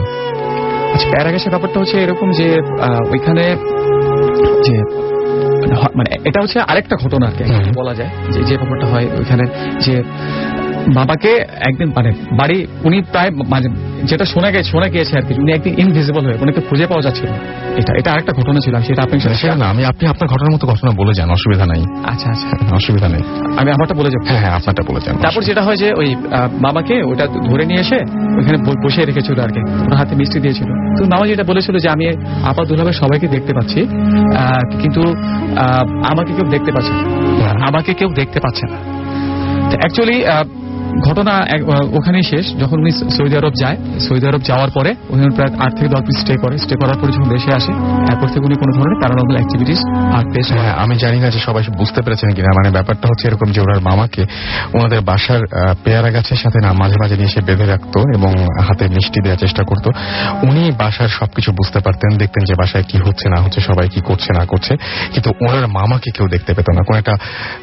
কোনো একটা কারণে, কোনো একটা মানে অজানা কারণে তাকে এরকম একটা পরিস্থিতির মুখোমুখি হতে হতো যে আপনাদের বাসার সামনের পেয়ারা গাছটাতে নিয়ে এসে রাখা হতো তাকে। তিনি আপনাদের সবাইকে দেখতে পাচ্ছেন, বাট আপনারা কেউ তাকে দেখতে পাচ্ছেন না। এটাই তো ছিল ঘটনা, রাইট? মানে আপনি যেটা বলছেন যে আপনাদের বাসার সামনে পেয়ারা গাছের সামনে বেঁধে রাখা হতো, উনি দেখতে পাতেন আপনাদের, কিন্তু আপনি দেখতে পেতেন না। অ্যাকচুয়ালি এখানে যে ব্যাপারটা হয়েছে যে ওনাকে একদিন মানে ওই জিনটা তুলে এনে আমাদের বাসার আমাদের ঢাকার যে বাসা, আমাদের ঢাকার যে বাসা ছিল, সে বাসায় একটা পেয়ারা গাছ ছিল, সেই পেয়ারা গাছে এনে ওনাকে বসিয়ে রাখতো। সৌদি আরব থাকা অবস্থা না বাসায়। হ্যাঁ, আচ্ছা, সরি, সৌদি আরব থাকা অবস্থায় এটা ছিল না। বেসিক্যালি এটা যেটা হয়েছিল সেটা হচ্ছে উনি যখন বাংলাদেশ স্টে করেছিল তখন ওই ঘটনার পরপরই কিছুদিন পরে উনি দেশের বাইরে চলে যায়। আমিও সেটাই বলছিলাম। আচ্ছা, যাই হোক, আমরা চলে যাচ্ছি আমাদের পরবর্তী ঘটনায় যাবো, তবে তার আগে আমাদের একটা বিজ্ঞাপন বিরতি লাগবে এবং তারপরে আমরা শুনবো একটা অডিও ক্লিপ যেটা আমাদেরকে পাঠিয়েছেন আফ্রিকা থেকে আমাদের একজন লিসেনার। আমরা খুবই খুবই খুবই খুশি যে এতদূর থেকে তিনি আমাদের SMS পাঠিয়েছেন, এই অডিওটি পাঠিয়েছেন। আপনিও চাইলে কিন্তু আপনার এরকম ঘটনাগুলো রেকর্ড করে আমাদের পাঠিয়ে দিতে পারেন এবং সেটা আপনি মোবাইল থেকে রেকর্ড করতে পারেন। আর সেই জন্য আপনাকে যেটা করতে হবে, আমাদের ইমেল অ্যাড্রেসটি অবশ্যই মনে রাখতে হবে, bhutfm@radiofurti.fm। এই অ্যাড্রেসে আপনি পাঠিয়ে দেবেন আমাদেরকে আপনার ঘটনাগুলো, নাম, ঠিকানা এবং ফোন নাম্বার সহ। আপনি লিখেও ফেলতে পারেন, আপনি স্টুডিওতে এসে উপস্থিত হয়ে আপনার ঘটনা শোনাতে পারেন, বা এভাবে অডিও ক্লিপ করে আমাদেরকে পাঠাতে পারেন। তো চলুন আমরা শুনে আসি ঘটনাটি এবং তারপরে ফিরে আসছি আবারও নতুন অতিথিদের নিয়ে। সো কোথাও যাবেন না, আমাদের সঙ্গে থাকুন। স্টে টিউনড রেডিও ফুর্তি এন্ড ডোন্ট স্টপ দ্য ফুর্তি।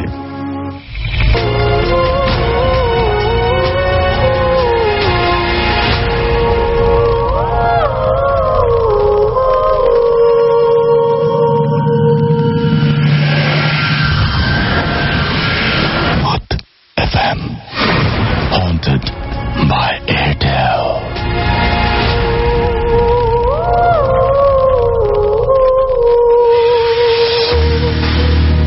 আসল ভাই, সালামু আলাইকুম।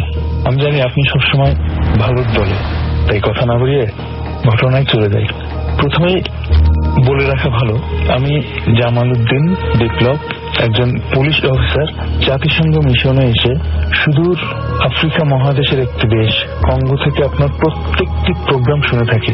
সপ্তাহের প্রতিটি দিনই অপেক্ষায় থাকি কবে আপনার প্রোগ্রামটি আসবে। তো যাই হোক, আমি যে ঘটনাটি শেয়ার করব সেটা আমার সঙ্গেই ঘটে যাওয়া বাস্তব অভিজ্ঞতা থেকে। আমি তখন হাই স্কুলে পড়ি। 80 দশকের ঘটনা। আমার বাবা সরকারি চাকরিজীবী, আর সেই সুবাদে আমাদের পরিবারের সবাই নীলফামারী জেলায় থাকতাম। আর আমাদের সঙ্গে আমার খালাতো ভাই আমার থেকে 6 বছরের বড়। সে কলেজে পড়তেন এবং নীলফামারী কলেজে তাকে আমরা সবাই দাদু বলে ডাকতাম। উনি আমাদের বাসা থেকে কলেজে যেতেন। শীতের সময়ে আমি আর আমার খালাতো ভাই তাদের বাড়িতে বেড়াতে আসি। বেড়ানো শেষ হলে আমরা নীলফামারী যাওয়ার উদ্দেশ্যে গোপালগঞ্জের কাশিয়ানী থানার কাশিয়ানী স্টেশনে ট্রেনের জন্য রাত্রে 10টা কি 11টা বাজে ওই সময় ট্রেন আসবে। আমরা ট্রেন স্টেশনে ওয়েট করছি। বলে রাখা ভালো, তখন রোড মানে রাস্তাঘাট অতটা উন্নত ছিল না। আমাদের প্রধান কমিউনিকেশনই ছিল ট্রেনে আমরা নীলফামারীতে যেতাম। আমরা স্টেশনে আছি, ট্রেন আসবে, ওয়েট করছি। কিন্তু রাত 12টা 12:30 বাজে তখন খবর এলো ট্রেনের ইঞ্জিন নাকি না লাইনচ্যুত হয়ে বন্ধ হয়ে আছে, ট্রেন আজকে আসবে না, পরের দিন সকাল 10টায় সেই ট্রেন যাবে। আমাদের সেই মেসেজটা স্টেশন মাস্টার বললেন। অবতার কি করার, ফিরে যেতে হবে। আমার খালাবাড়ি স্টেশন থেকে 6-7 মাইল দূরে। আর গ্রামের রাস্তার দুই পাশে বেশ বাঁশ ঝাড়, চাঁদ ছিল আকাশে, মৃদু জ্যোৎস্না। আমরা দুই ভাই, কিছু করার নাই, বাড়িতে ফিরে যেতে হবে। খালাবাড়িতে আমরা যাওয়ার উদ্দেশ্যে স্টেশন থেকে বের হলাম। তেমন প্যাসেঞ্জার ছিল না। তো আমরা দুজন যে রাস্তাতে যাই ওদিকে কোনো লোকজন আর যাতায়াত নাই। গ্রামে রাত 12:30 1টা, অনেক রাত। তো যাই হোক, আমরা দুজনে হেঁটে হেঁটে যাচ্ছি, কিন্তু ভয়ও পাচ্ছি যে কি হয়, এত রাত্রে একা একা যাচ্ছি। আমার হাতে আবার ছিল একটা টিফিন ক্যারিয়ার, যেখানে আমার খালা আমাদের খাওয়ার জন্য বড় বড় সরপুঁটি মাছ, গোপালগঞ্জে খুব সুস্বাদু এক মাছ, যেটা গোপালগঞ্জে পাওয়া যায় এবং অনেকেই জেনে থাকবেন সেই সময় পাওয়া যেত। এখন আর সেই সরপুঁটি মাছ দেখা যায় না। 6-7 পিস সরপুঁটি মাছ ভাজা টিফিন ক্যারিয়ারের ভিতরে, আর ভাত ছিল আর কি, আমাদের জন্য দিয়েছিলেন খালা। তো আমরা ওগুলা নিয়ে ফিরছি, ট্রেন যেহেতু যাবে না, হাঁটছি অন্ধকারের ভিতর দিয়ে। ব্যাগ আমার দাদুর হাতে, আমরা সবাই দাদু বলি যাকে, আমার খালাতো ভাই। তো হাঁটছি, ভয় লাগছে। আমার দাদু আমাকে বললো যে তুই কোন রকম এদিক ওদিক তাকাবি না, সোজা আমার পেছনে পেছনে হাসতে থাকবি, এদিক ওদিক দেখার দরকার নেই, ভয় পাবি তাহলে। আর আরেকটা কথা বলে রাখি, রাত্রে মাছ নিয়ে কখনো আসলে যেতে হয় না কোথাও, এটা আমার জানা ছিল না। তো দাদু আমাকে বলেনি, খুলে হয়ে বলেনি যে আমি ভয় পাবো। আমার হাতে চিকেন দিয়ে আমি আমার দাদুর পেছনে পেছনে হাঁটছি। তো কিছু যাওয়ার পর হঠাৎ সামনে দেখি সাদা ড্রেস পরা, সাদা পায়জামা পাঞ্জাবি পরা একটা লোক আমাদের থেকে প্রায় 100-150 গজ দূরে, উনিও হেঁটে যাচ্ছেন।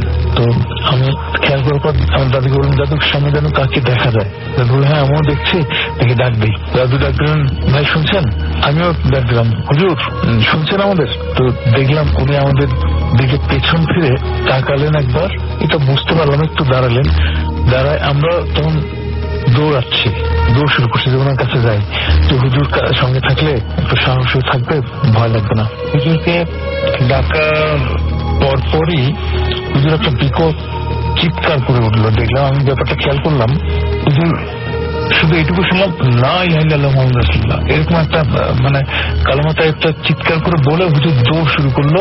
ঠিক আমরা যেভাবে দৌড়াচ্ছি উনিও দেখি অন্যদিকে দৌড় শুরু করছে, রাস্তায় সোজা। আমরাও তাকে পাওয়ার জন্য দৌড়াচ্ছি, সে সোজা ওদিকে দৌড়াচ্ছে।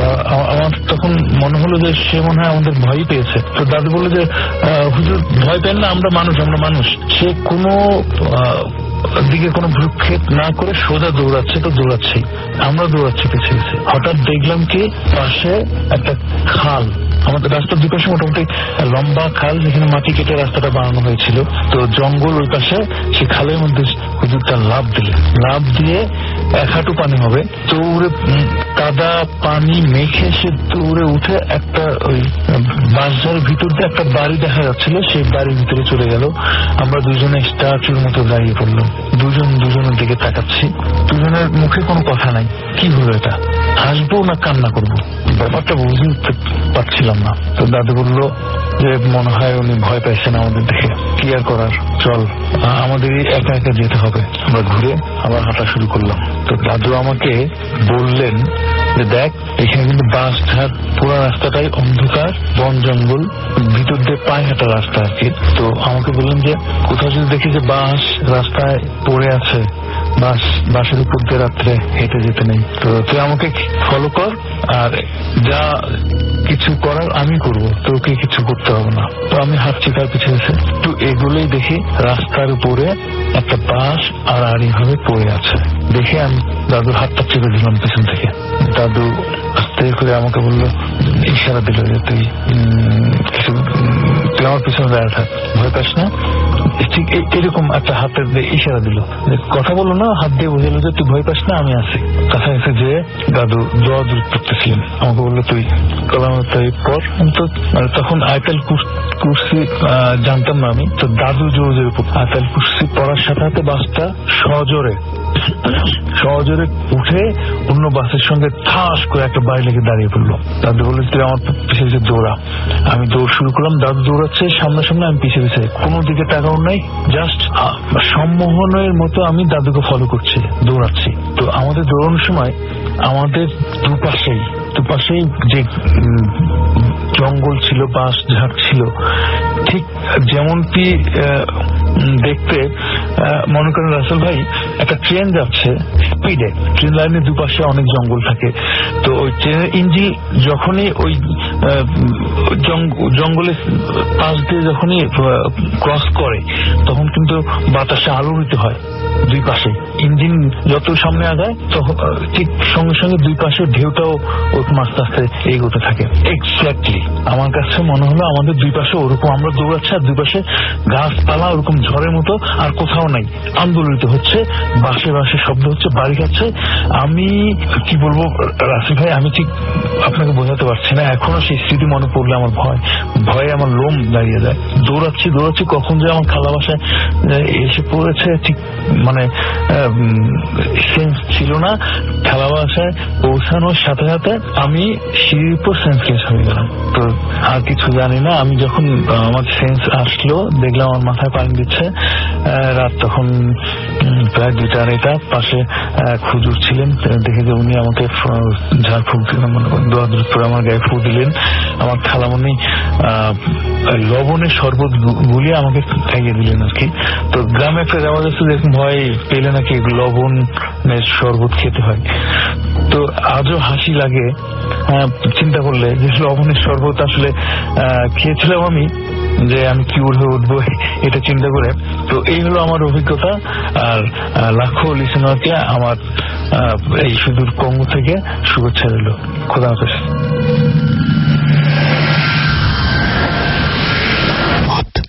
FM haunted by Airtel.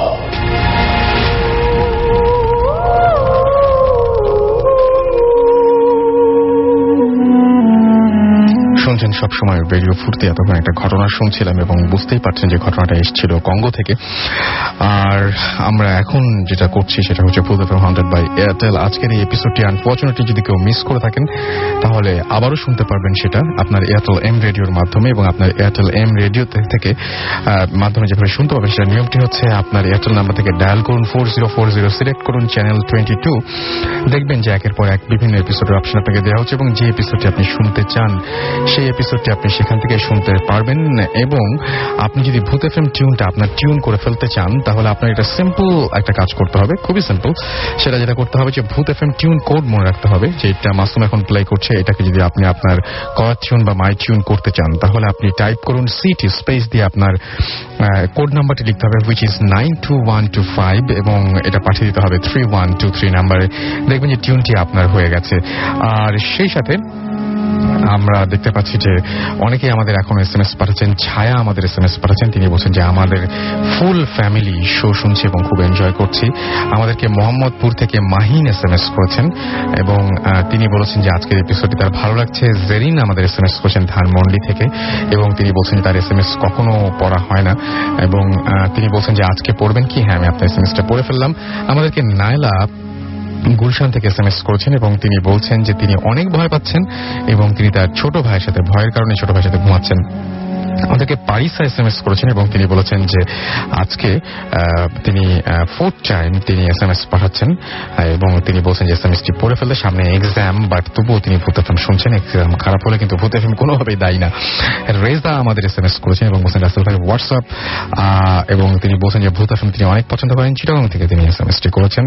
R Saim SMS করেছেন, তিনি এবং তার ওয়াইফ জান্নাত দুজনে একসাথে ভূত এফএম শুনছেন। এছাড়াও হিমেল আমাদের সাথে রয়েছেন, আমাদের সাথে রয়েছেন সাফওয়ান মগবাজার থেকে ঈদ মোবারক জানিয়েছেন তিনি সবাইকে। মাসুদ পারভেজ আমাদের SMS করেছেন চট্টগ্রাম থেকে এবং তিনি বলছেন যে তিনি ভূত এফএম অনেক বেশি পছন্দ করেন। আর মাসুম ভাইকে তিনি থ্যাঙ্কস জানিয়েছেন। মিজান আমাদের SMS করেছেন চট্টগ্রাম থেকে এবং তিনি বলছেন যে স্টোরিগুলো জোস। আমাদেরকে ববিন SMS করেছেন গুলশান থেকে এবং তিনি বলছেন যে আজকের প্রোগ্রামটা হেভি। আমাদেরকে হৃদয় SMS করেছেন এবং এছাড়া আমাদেরকে রুকু SMS করেছেন। আরো অনেকেই আমাদের SMS করেছেন। আপনি যদি SMS করতে চান তাহলে আপনার মোবাইলের মেসেজ অপশন থেকে টাইপ করুন SHOUT শাউট স্পেস আপনার নাম স্পেস আপনার মেসেজ পাঠিয়ে দিন 9840 নাম্বারে আপনার এয়ারটেল নাম্বার থেকে বা অন্য যে কোনো নাম্বার থেকে। আপনি যদি আমাদের ইমেল পাঠাতে চান তাহলে আমাদের ইমেল অ্যাড্রেসটি লিখে নিন বা মনে রাখুন bhotfm@radiofurti.fm which is BHOOTFM@radiofurti.fm এবং আপনাদের নাম, ঠিকানা এবং ফোন নাম্বার সহ এখানে ঘটনা পাঠাতে হবে। আপনার জীবনে ঘটে যাওয়া সেরা ঘটনাটি আপনি আমাদের লিখে পাঠান। আমরা ইনশাআল্লাহ আপনি যদি আসতে চান তাহলে আপনাকে ইনভাইট করব। আর আপনি যদি চান যে আমরা আপনার ঘটনাটি পড়ে শুনে সেটাও সম্ভব। আর যাই হোক, আমার কাছে এখন একটা ঘটনা রয়েছে, সেটা হচ্ছে আমরা স্বপ্নে অনেক কিছু দেখি এবং স্বপ্ন দেখে আমরা মাঝে মাঝে চমকে উঠি, ভয় পাই। অনেক সময় স্বপ্নকে আমরা বাস্তবতার সাথে মিলিয়ে ফেলি, অনেক সময় স্বপ্নের সাথে আমাদের জীবনের অনেক মিল খুঁজে পাই। তো স্বপ্ন সবসময় ভয়ঙ্কর। তো স্বপ্ন নিয়ে একটা ঘটনা রয়েছে, আমাদেরকে নুসরাত পাঠিয়েছেন এটা আমি একটু পড়ে শোনাতে চাচ্ছি। এবং তিনি বলছেন যে অনেক বছর ধরে আমার সেই রকম কোনো স্বপ্ন হয় না যেটা ঘুম থেকে উঠে মনে রাখার মতো, কিন্তু কয়েক মাস ধরে আবার হচ্ছে। প্রথমে যে ঘটনাটি সেটা খুব বেশি আগের না, ঈদের 1 সপ্তাহ আগে এটা হলো, এবং স্বপ্নটা ছিল এরকম যে আমি নিজেকে আবিষ্কার করি একটা জায়গায়, অনেক মানুষ কিসের জন্য একটা অপেক্ষা করছিল। আমি বুঝতে পারছিলাম না ওরা কিসের জন্য অপেক্ষা করছে। সামনে একটা ঘাট ছিল এবং হঠাৎ একটা শিপ আসলো, আর এখান থেকে একটা সিঁড়ি নামলো, অনেক উঁচু সিঁড়ি। এত উঁচু সিঁড়ি কখনো হয়তো দেখিনি। ব্যাপারটা আমার কাছে আজব মনে হলো, কারণ শিপে সাধারণত সিঁড়ি থাকে না। সেই উঁচু সিঁড়ি থেকে অনেক মানুষ নামতে লাগলো। কেমন জানি একটা আতঙ্ক ছিল, আমি বুঝে উঠতে পারিনি কি হচ্ছে। এরপর অন্য আরেকটা স্বপ্ন হয়। এই স্বপ্নটাতে আমি এমন একটা জায়গায় ছিলাম, খুবই অন্ধকার। স্বপ্নে কিছু বিষয় আছে এবং কিছু ফিলিংস আছে যেটাতে মনে হয় যে আমি বুঝি, যেটাতে মনে হয় যে কেন বুঝি সেটার পিছনে কোনো ব্যাখ্যা নেই। আচ্ছা, আমরা জাস্ট জানি বা বুঝি, তার পিছনে কোনো ব্যাখ্যা নেই। সেভাবেই তখন আমি জাস্ট জানলাম যে আমাকে এখন কে যেন এসে মেরে ফেলবে, মানে স্বপ্নের মধ্যে ফিল করছেন যে মেরে ফেলবে। এরকম মনে হলো যে আমি অন্ধকারে একা একটা রুমে আছি, হঠাৎ ফিসফাস শুনি আর কিছু মেয়েদের হাসি। আমার মনে হলো যে এবার বুঝি ওরা এলো এবং আমাকে মেরে ফেলবে। কিন্তু দেখি 3টা মেয়ে 13 থেকে 15 বছরের, ওরা কি নিয়ে যেন হাসছিল। ওরা আমাকে মারতে আসেনি, আমাকে মেরে ফেলবে অন্য কেউ। ওরা শুধু কতক্ষণ হেসে চলে গেল। এখানে আমার স্বপ্ন শেষ। সকালে উঠে আমি আরেকটা ফ্রেন্ডের সাথে ব্যাপারটা শেয়ার করব বলে ভাবি। ওই ফ্রেন্ডটার সাথে এমনিতেও এসব ড্রিমের ব্যাপারে কথা হয়। তো ওকে জানানোর আগে ওর কাছ থেকে একটা SMS আসে। ও জানালো যে ও একটা স্বপ্ন দেখেছে, একটা জায়গা, সেখানে অনেক লম্বা একটা সিঁড়ি দিয়ে অনেক মানুষ নামছে।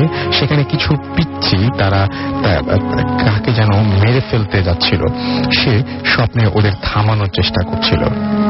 এই ছিল স্বপ্ন, এই ছিল ঘটনা, এবং সেটা বাস্তবতার সাথে, বাস্তব জীবনের সাথে খুব অদ্ভুতভাবে মিলেও গেল।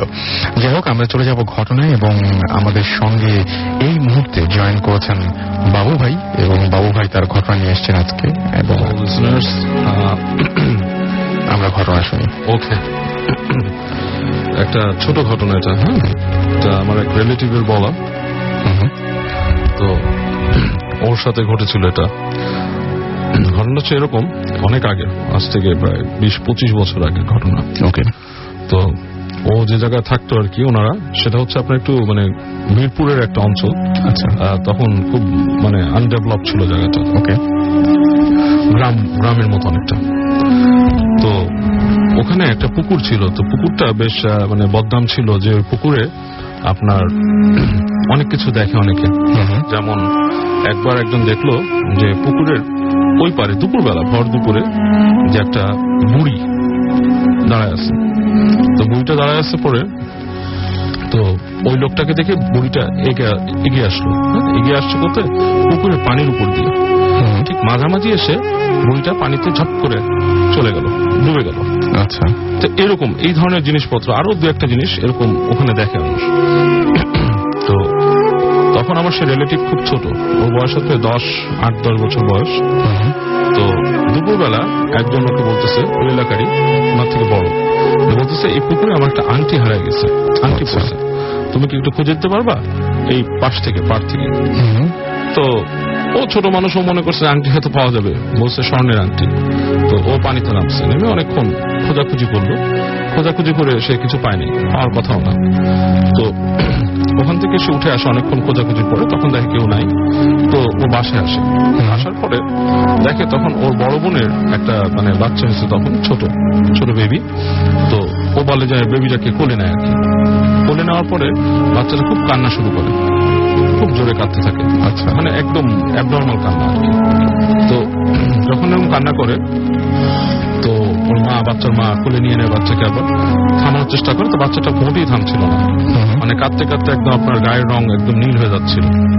তো সন্ধ্যার পরের দিকে একটু কান্না থামে। তো এইভাবে মনে করেন যে রাত চলে আসে, রাত নেমে আসে। তো ওরা যে বাসাটায় থাকতো, বাসাটা ছিল একতলা বাসা, টিনের ছাদ। রাতের বেলা ঘুমানোর অ্যারেঞ্জমেন্টটা ছিল ওই আমার সে রিলেটিভ, সে তার বড় বোনের সাথে ওই রুমেই থাকতো আর কি।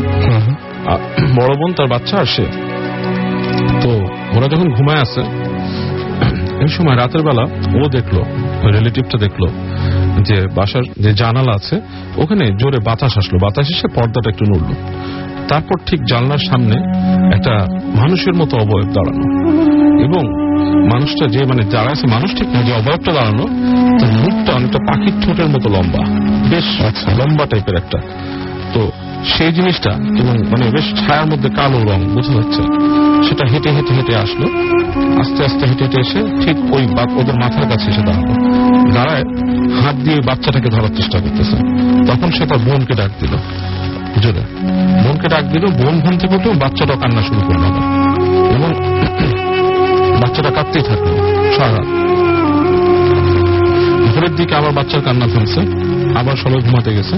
তো বড় বোন এটাকে আমলে নেয়নি, ছোট মানুষ কি বলতেছে, বাট এগেইন আবার ঘুমানোর চেষ্টা করছে।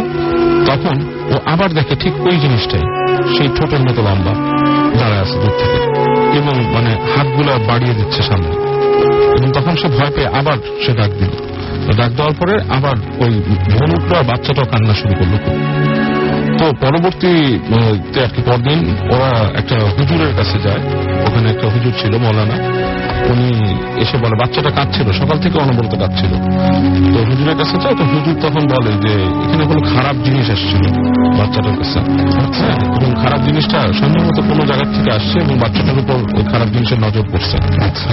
তো তখন হুজুর ওই বাচ্চাটাকে দুটা আর কি আপনার কালো সুতা পরে হাতে দেয়। তো কালো সুতা হাতে দেওয়ার পর থেকে বাচ্চাটার কান্না থেমে যায়। এটাই একটা ছোট ঘটনা। ওকে, আমরা নেক্সট ঘটনাটা শুনে ফেলি। নেক্সট ঘটনাটা এটা একটু বড় হবে কিন্তু। আচ্ছা বড়। আচ্ছা, এটা হচ্ছে আমার আরেক রিলেটিভের ঘটনা। উনি যখন ছোট, ওনার বয়স 13-14 বছর, তখন ওনারা গ্রামে মুভ করে আর কি, গ্রামে মুভ করে যায়। তো গ্রামে মুভ করার পর মানে যখন সে ছোট ছিল, হি ওয়াজ এ ব্রিলিয়ান্ট কিড। হ্যাঁ, পড়াশোনা খুব ভালো করতো, রেজাল্ট ভালো করতো, কিন্ডারগার্টেনে পড়তো। তো গ্রামে মুভ করার পর থেকে আস্তে আস্তে সে কেমন একটু মানে অন্যরকম হওয়া শুরু করে, তার বুদ্ধি কমে যায়, পড়াশোনার রেজাল্ট ভালো হয় না। তো স্বভাবতই এটা অনেকে মনে করে যে এটা মানে আপনার হয়তো এইসব জন্য হচ্ছে, মানে এনভায়রনমেন্ট চেঞ্জ, হ্যাঁ সবকিছু চেঞ্জের জন্য। বাট জিনিসটা একটু ডিফারেন্ট। হ্যাঁ, জিনিসটা এরকম মানে এমন কিছু অ্যাবনর্মাল কাজ সে করে, হঠাৎ করে খাওয়ার প্রতি অনুরক্ত হয়ে যায়। আপনার দেখা যাচ্ছে যে সে অনেক দুধ খাচ্ছে, অনেক খাচ্ছে, হ্যাঁ, বা যাই খাচ্ছে অনেক খাচ্ছে। এবং সে সন্ধ্যার সময় দেখা যাচ্ছে মাঝে মাঝে বাসার থেকে দূরে যে বাসার মধ্যে মাটির যে বড় বড় ঢিলগুলো থাকে, বাসার ছাদে ঢিল মারতো নিজে। আচ্ছা, এরকম অবস্থা আসতে ধীরে তার ফ্যামিলি তাকে ঢাকায় মুভ করে নিয়ে আসে এক সময়, সে যখন হাই স্কুলে পড়ে তখন। ওকে, তো সেই সময় কিছু অ্যাবনর্মাল অ্যাক্টিভিটিস সে করে, হ্যাঁ, মানে এই ধরনের কিছু অ্যাবনর্মাল অ্যাক্টিভিটিস করে। তার শারীরিক শক্তি এত বেড়ে গেছিল যে সে একটা স্টিলের আলমারি খালি হাতে মোচড় দিয়ে ভেঙে ফেলতো লকটা। এন্ড সে তখন আপনার he was a student of 8 grade or 9 grade, এই সময় সেরকম করতে পারতো। এনিওয়ে, তার এই ধরনের আচরণের জন্য তার মা যেটা করে, তাকে একজন হুজুরের কাছে নিয়ে যায়। তো সেই হুজুর বলে যে মানে সে পজেসড বাই সাম জিন বা খারাপ জিনিস দ্বারা পজেসড হচ্ছে। তো বিভিন্ন ভাবে হুজুর রেমেডি দেয় ঠিক করার জন্য। তার মধ্যে একটা রেমেডি ছিল যে তার গায়ে কাঁচা হলুদ মেখে আপনার নদীর পানি নিয়ে, উজান বা ভাটি এরকম কোন পানি নিয়ে তাকে 3 রাস্তার মোড়ে যে গোসল করানো, 3 দিন করতে হবে। আচ্ছা, লাস্টের দিন পেছন ফিরে চলে আসতে হবে, তাকাতে পারবে না পেছনে। তো প্রথম দিন ইট ওয়েন্ট নর্মাল, তাকে নিয়ে যাওয়া হয়, সে গোসল করে। সেকেন্ড দিনও নিয়ে যায়, সে গোসল করে। থার্ড দিন সে বেঁকে বসে, সে গোসল করবে না। আচ্ছা, মানে সে একদমই গোসল করবে না, মানে সে মানে এটা বেঁকে বসে করবে না। এনিওয়ে, সম্ভব হয় না। তো সেই রিলেটিভ একদিন আমাদের বাসায় থাকতে আসে। আমাদের বাসায় আমার সম্পর্কে মামা হয়, আমাদের বাসায় থাকতে আসে। আসার পরে উনি বলছে আমার কাছে যে আমার একটা ফ্রেন্ড আছে, আমার ফ্রেন্ড আছে, মানে সে দেখতে এরকম, আমাকে বর্ণনা দিচ্ছে, হ্যাঁ, যে এরকম যে সে দেখতে এরকম আপনার কালো রঙের, she is very beautiful and everything. সে আমার সাথে আসে, আমরা কথা বলি, হ্যাঁ, we have good times together. তো আমি প্রথম ভাবতাম যেটা তার ফ্যান্টাসি, ওইটাই চিন্তা করে নিছে যেটা তার ফ্যান্টাসি হবে। এনিওয়ে, তো সে আমাকে বলতেছে যে আমাকে বলছে তোমাদের বাসায় আসলে আমি যাতে একলা রুমে থাকি, আচ্ছা একলা যে রুমটা আছে ওটাতে যাতে আমি থাকি, তোমাকে কারোর সাথে থাকতে না। তা আমি বলছি এটা কোনো কথা নাকি, একলা রুমে কেন থাকবেন, আমি ট্রেনে তাকে নিয়ে আসি, বলছি আমার রুমে থাকেন। তো ঠিক তখন বাজে রাত 1টার মতো। হ্যাঁ, পুরো বাসা নির্ঝুম, আশেপাশের পরিবেশ সব নির্ঝুম হয়ে গেছে রাত। এই সময় হঠাৎ সে আমাকে বলতেছে যে ও আসছে। তাই বলে ও আসছে মানে যার বর্ণনা একবার সে আগে দিয়েছে আর কি। তা আমি বললাম যে কোথায়। হঠাৎ আমি দেখলাম যে আমার যে দরজাটা ওটার মধ্যে খুব জোরে কেউ ধুপ করে একটা নক করলো, নক ঠিক না একটা কিল মারার মতো, খুব জোরে। আমি মানে অবাক হয়ে গেছি, দরজায় কিল মারলো কে, দরজায় কিল মারা কেউ নেই। আমি সাথে সাথে কে বলে বেরোলাম, বেরোয় দরজা খুললাম, খুলে দেখি আমাদের তখন একতলা বাড়ি, উঠানটার মধ্যে কেউ নাই, পুরো ফাঁকা একটা উঠান, নোবডিজ দেয়ার। এবং বাড়ি কিন্তু বাসার দেয়ালগুলো অনেক উঁচা ছিল, প্রায় 12 ফিটের মতো। সো মানে এটা পসিবল না কেউ ঢুকে ওখানে একটা কিল মেরে চলে যাবে। তো তখন আমি কিন্তু কিছুটা একটু ভয় পেলাম ব্যাপারটা নিয়ে, যে আসলে সামথিং কুড এক্সিস্ট। এবং এই রিলেটিভলি একটা ঘটনা আপনাকে এর আগে আমি একবার ভূতের ফিল্মে বলছিলাম যে আমি শুয়েছিলাম, আমি এমনই একবার এক জায়গায় ছিলাম বাসায়, দেখছিলাম এটা ছায়ার মতো হয়ে আসছে। হ্যাঁ, এটা কিন্তু এই ঘটনারই একটা এক্সটেনশন ওটা ছিল আর কি। ওই জিনিসটা আমি পরে এক্সপিরিয়েন্স করি। তো এটার পরে আমার সেই রিলেটিভের বাবা মা তারা ডিসিশন নেয় যে তাকে আর কাউকে দিয়ে দেখাবে, অন্য কোনো মানে উইচ ডক্টর বা কাউকে দিয়ে। তো এরকম এক উইচ ডক্টরের কাছে তারা যায়। যাওয়ার পরে সে বলে যে মানে হি গট পজেসড, আসলে সে পজেসড। এবং এটা কিন্তু দ্বিতীয় জন বললো যে পজেসড সে। এবং তখন তাকে একটা তাবিজ দেয় গলায় রাখার জন্য। তো সে গলায় তাবিজ রাখতো সবসময়। তো এবং সে তখন বলতো যে, তখন আমি বলতাম যে কি ঘটনাটা কি, বলে তাবিজ দেওয়ার পর থেকে আসলে আমার কাছে কিন্তু খুব একটা আসে না। আচ্ছা, যখন আমার কাছে তাবিজ থাকে তখন আসে না, আমাকে বারবার দূর থেকে বলে তাবিজটা খুলে রাখতে। একদিনকার ঘটনা, ওই সময় আমি তখন অনেক ছোট। হ্যাঁ, তো বাংলাদেশে আপনার তখন মানে তখনও কেবল টিভি ইন্ট্রোডিউসড হয়নি, মানে মানে কয়েকদিন পরেই হবে আর কি, মানে ওই 90s এর আগের দিকে বুঝতে পেরেছি। তো ওই সময় একদিন তখন ওই যে আপনার একটা প্রবণতা এসেছিল, আপনার মনে আছে হয়তো, যে আপনার অ্যান্টেনা উঁচু করে যে ইন্ডিয়া মানে জাস্ট অ্যান্টেনা ঘুরিয়ে ঘুরিয়ে ক্লিয়ার করতে বা এরকম কিছু একটা। তো ওই দিন বেশ ঝড় বৃষ্টি হচ্ছে। হ্যাঁ, মানে বাতাস, দমকা বাতাস। তো রিলেটিভের বাসায় গেছে, বলতেছে যে ইন্ডিয়া দেখা যাচ্ছে না, মানে কেমন ঝাপসা আসতেছে, আমি যে অ্যান্টেনাটা টিউন করে আসি। আমি বললাম আচ্ছা যান, করেন। উনি বাইরে গেল, বাইরে যে অনেকক্ষণ পর আসছে, মানে খুব হাঁপাচ্ছে এবং গায়ের মধ্যে মনে করেন যে দাগ, ময়লা টলা, মানে বেশ ময়লা কাদা টাদা লাগানো। আমি বললাম কি ব্যাপার, এই অবস্থা কেন?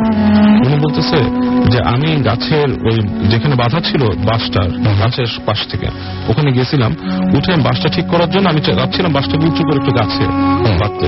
আমার সাথে কিন্তু আমার তাবিজটা নাই। হ্যাঁ, তাবিজটা পকেটে ছিল। তা আমি উঠে বাঁশটা নিয়ে যখন নাকি উপর দিকে ঠিক করতে গেছে, হঠাৎ মনে হলো আমাকে কেউ তুলে নিয়ে যাচ্ছে উপরে, আচ্ছা উঁচু করে নিয়ে যাচ্ছে। এবং আমি তখন খুব ভয় পেয়েছি যে আমার হাতের নিচে কোনো সাপোর্ট নাই, মানে ডাল টাল কিচ্ছু করার নেই, উঠে যাচ্ছে উপরে। এই সময় আমার হঠাৎ তাবিজটার কথা মনে হচ্ছে, আমি তাবিজটাকে পকেটে হাত দিয়ে ধরছি, সাথে সাথে আমাকে ফেলে দিচ্ছে। আচ্ছা, আমি ধপ করে নিচে পড়ছি। তো জিনিসটা সিরিয়াস। তার বাবা মা যখন শুনছে, শোনার পরে তারা চিন্তা করলো না এটার একটা ইমিডিয়েটলি অ্যাকশন নেওয়া দরকার। তো তারা কি করলো, ওই একটা আপনার একটা এক্সরসিজম, মানে আমাদের ইসলামিক কাদের এক্সরসিজম, ওটার একটা আয়োজন করলো। তো আমি যখন খুব ছোট, আমার বাবা মা শুনলো, আমি বলছি যে এরকম এরকম হচ্ছে, তারা আমাকে যেতে দেবে না। আচ্ছা, আমি বললাম কি পলায় চলে গেলাম সন্ধ্যের সময় ওই বাসায়। না, I was interested to see মানে কি হচ্ছে, ঘটনাটা আসলে কি। তো যাওয়ার পর দেখলাম যে যেখানে বসবে ওটাকে মানে আপনার এক্সারসাইজের যে রুমটা, সেটা খুব অন্ধকার, বেশ অন্ধকার, কেউ নাই। যিনি এক্সারসাইজ করবেন তিনি এক ভদ্র মহিলা, ওনার ঘাড়ে নাকি জিন আসে।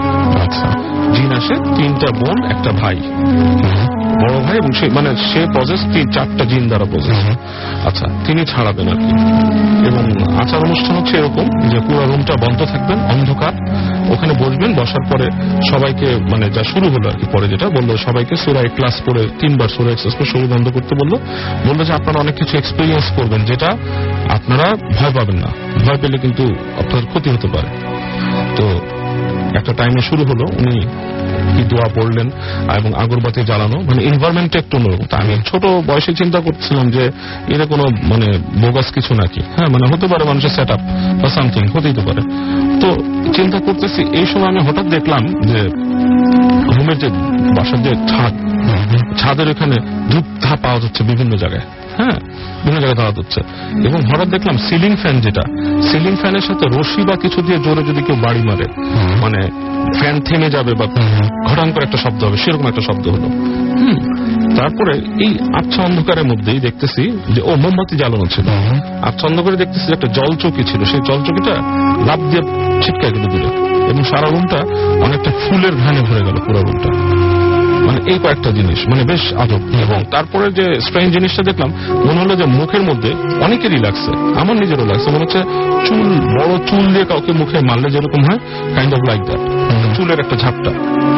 তারপরে দেখলাম ওই যে মহিলা, যিনি নাকি হোস্ট, উনি হঠাৎ করে ডিফারেন্ট ভয়েসে কথা বলতেছেন, এবং ভয়েসটা কিন্তু অনেক ডিফারেন্ট, লাইক আমরা যেভাবে বলি সেগুলো বেশ ভারী, বেশ হাসকি, একটা মহিলার গলা থেকে অনেক ভারী একটা ভয়েসে উনি বলতেছেন আমি এসছি, আমার নাম অমুক। হ্যাঁ, সালাম দিল সবাইকে যে আমি এসছি, আমাকে কেন ডাকা হয়েছে।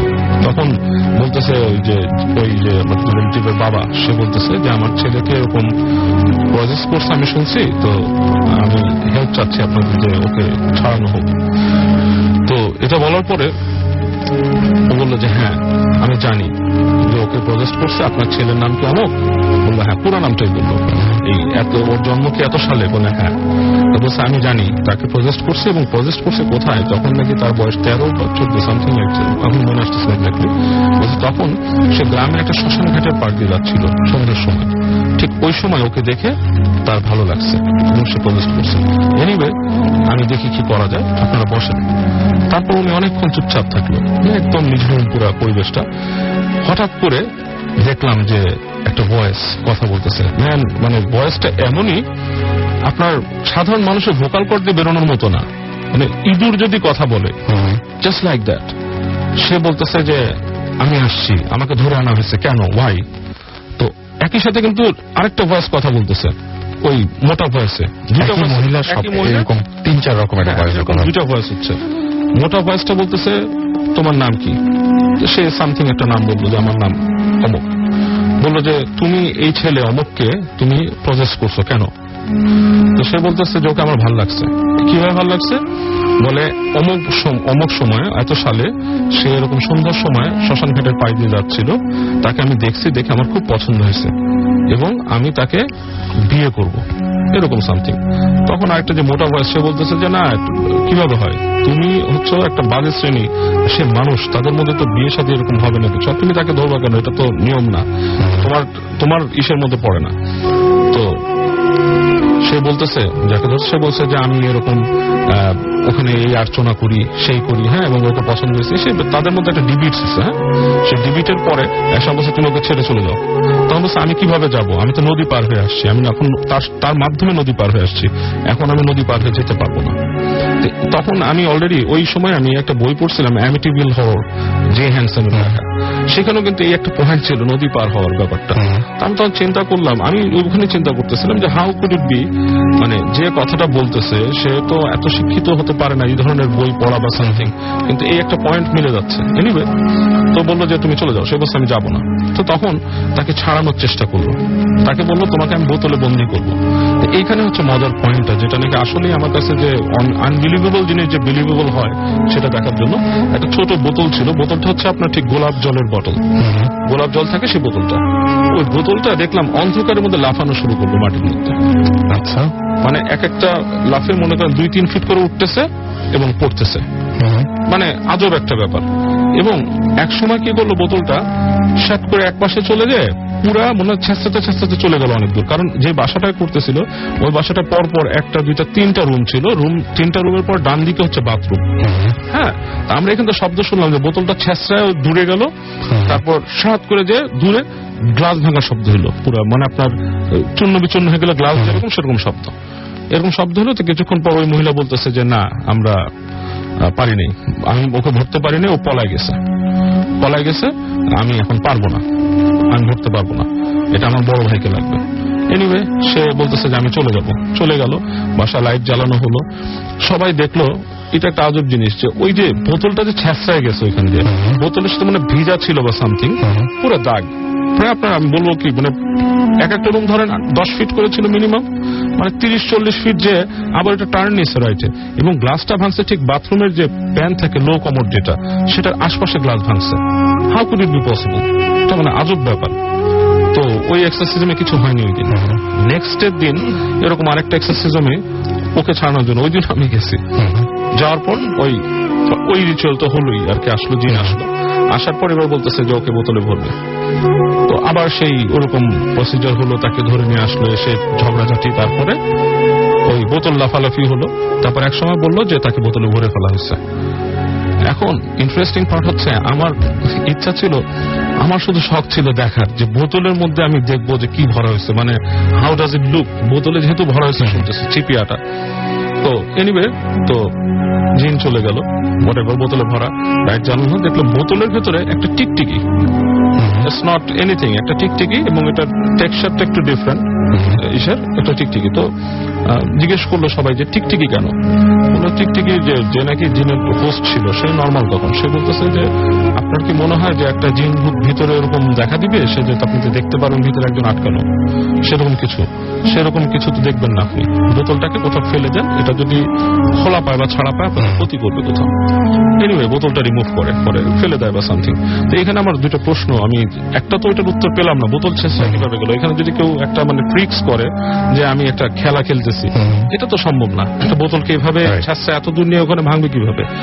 সেকেন্ড থিং হচ্ছে ওই যে আমার যে রিলেটিভ, তার সাথে আমি গল্প করতাম, হি ওয়াজ লাইক মাই বাড়ি।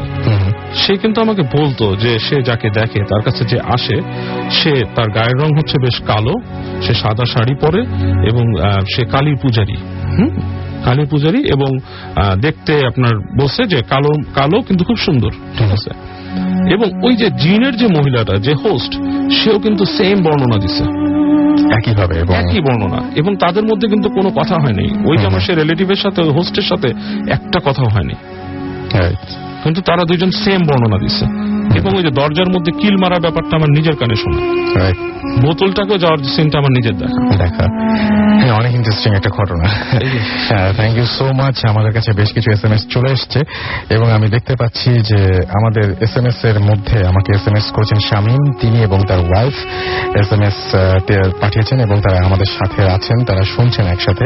উপমা আমাদের SMS করেছেন, এবং তিনি বলছেন যে আমার SMS আপনি পড়েন না, আমি FM শুনছি, ভয় লাগছে। এছাড়াও স্বপন ঢাকা ক্যান্টনমেন্ট থেকে আমাদের SMS করেছেন, এবং তিনি বলেছেন যে তিনি এই প্রোগ্রামটা অনেক মিস করবেন, বিকজ তিনি মানে he is going to London on Sunday, এবং তিনি বলছেন যে তিনি ইমদাদ এবং রেজাউল এবং নাজমুল সহ তারা সবাই মিলে এই প্রোগ্রামটি শুনছেন।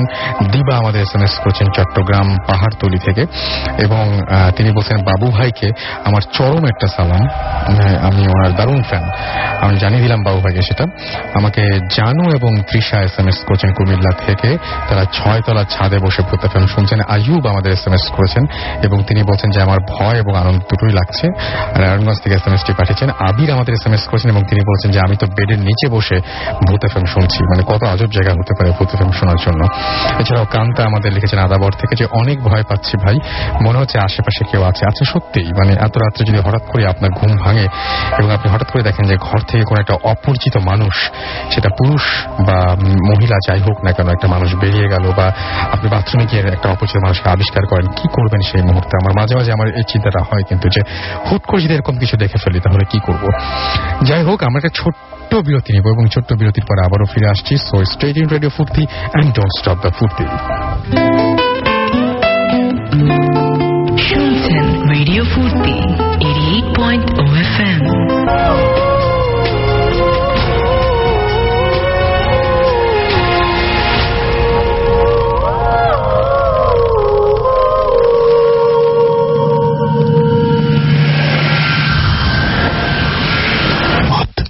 FM। Haunted by Airtel.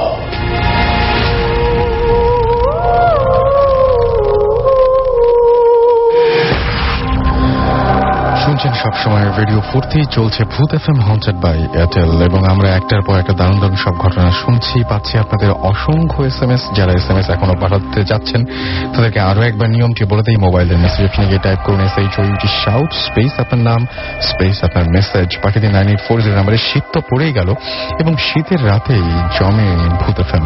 So আমার মনে হয় যে অনেক ভালো লাগছে আপনাদের এবং আশা করছি যে পুরো শীত জুড়েই আমরা আপনাদের দারুণ দারুণ ঘটনা উপহার দিতে পারবো। আর সেই জন্য চাইবো আপনাদের কাছ থেকে গল্প, ঘটনা এবং সেই ঘটনাগুলো আপনারা নাম, ঠিকানা এবং ফোন নাম্বার সহ আমাদের কাছে পাঠিয়ে দিন।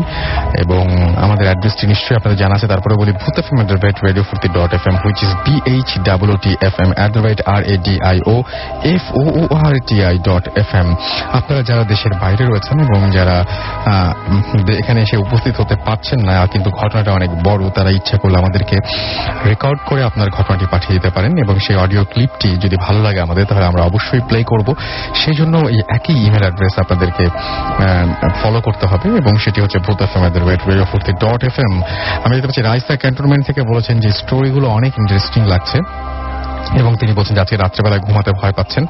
আমি তো সবসময় বলি যে ভালোর পুরো ক্রেডিটটাই আমাদের গেস্টদের, যারা এখানে আসেন এবং যারা আপনাদের ঘটনা শোনান। মিরপুর রুমু থেকে লিখেছেন যে আচ্ছা রুম নিয়ে কথা ওয়াশরুম নিয়ে কথা না বললেই হয় না। না অবশ্যই ওয়াশরুম নিয়ে কথা না বললে কি চলে। সবচাইতে ভয়ঙ্কর বাসার কাছে আমার কাছে সবচেয়ে বেশি ভয়ঙ্কর লাগে কিন্তু আয়না। আয়না একটা অন্য রকমের পৃথিবী মনে হয় আমার কাছে, একটা আলাদা ওয়ার্ল্ড। আসলে আয়নার ভেতরে আমি যেটা দেখছি সেটা তো উল্টা দেখছি। ওইটা কোন ওয়ার্ল্ড, কি দৃশ্য। আয়না নিয়েও কিন্তু অনেক অদ্ভুত অদ্ভুত ঘটনা রয়েছে। আপনারা বিভিন্ন হরর ফিল্মেও দেখবেন যে সাধারণত দেখা যায় যে অনেক সময় সাজেস্ট করে যে ঘরের সবগুলো আয়না আপনাকে ভেঙে ফেলতে হবে, এরকম ধরনের কিছু ঘটনা কিন্তু ঘটে। সো আয়নাটাও আমার কাছে খুব অদ্ভুত একটা জিনিস লাগে, বিশেষ করে রাতের বেলায় আয়নাটা একদম পুরোপুরি অন্যরকম হয়ে ওঠে। আয়নার সামনে দাঁড়াতেও কিন্তু বেশ ভয় পেতে হয়। তো আপনি অনেক রাতে হঠাৎ করে ঘুম ভেঙে উঠে আয়নার সামনে দাঁড়িয়ে থাকতে পারলে দেখতেই পারেন হয়তো অনেক উদ্ভট কিছু আপনার চোখে পড়তেই পারে, সেটা হতেই পারে। যাই হোক, যারা এখন আমাদের SMS করতে চান তারা SMS করুন, লিখে ফেলুন SHOUT শাউট স্পেস আপনার নাম স্পেস আপনার মেসেজ, পাঠিয়ে দিন 9840 নাম্বারে। আমাদের ইমেল অ্যাড্রেস কিন্তু একটাই bhutfm@radiofurti.fm। সেটা আপনি পৃথিবীর যে কোনো জায়গা থেকে পাঠান না কেন, সেটা গানা হোক আর বাংলাদেশ হোক, সব জায়গা থেকে আপনি এই অ্যাড্রেসে আমাদের পাঠাতে পারবেন। চলুন আমরা পরবর্তী ঘটনায় যাই। সঙ্গে রয়েছেন আমাদের আরো একজন লিসেনার। আপনার নামটা বলবেন এবং আপনি কোথা থেকে? আমি ইঞ্জিনিয়ার রাজু, জিগাতলা থেকে, আমিন এন্টারপ্রাইজ। আমার দেশের বাড়ি গোপালগঞ্জের মুর্শিদপুর থানা। তো আমি আমার এলাকার কিছু একটা গল্প বলতে যাচ্ছি। সেটা হচ্ছে যে ওইখানে আমাদের এলাকাতে একটা দিঘি আছে, যেটা নাম হচ্ছে ভাইমারা দিঘি বলে। এই দিঘিটার মূল থিমটা যেরকম যে রাতের বেলাতে দিঘিতে নৌকা বাইচ হয় এবং দিঘির চারপাশে অনেক লোকজন থাকে যারা হচ্ছে ঢোল প্লেট নিয়ে বসে থাকে। এরকমই একটা লোক যে রাতের বেলা উনি মসজিদে যাচ্ছিল, তাহাজ্জুদ পড়বে চিন্তা করে যাচ্ছিল। তো এই পুকুরের পাড় দিয়ে যেতে হয়। আচ্ছা।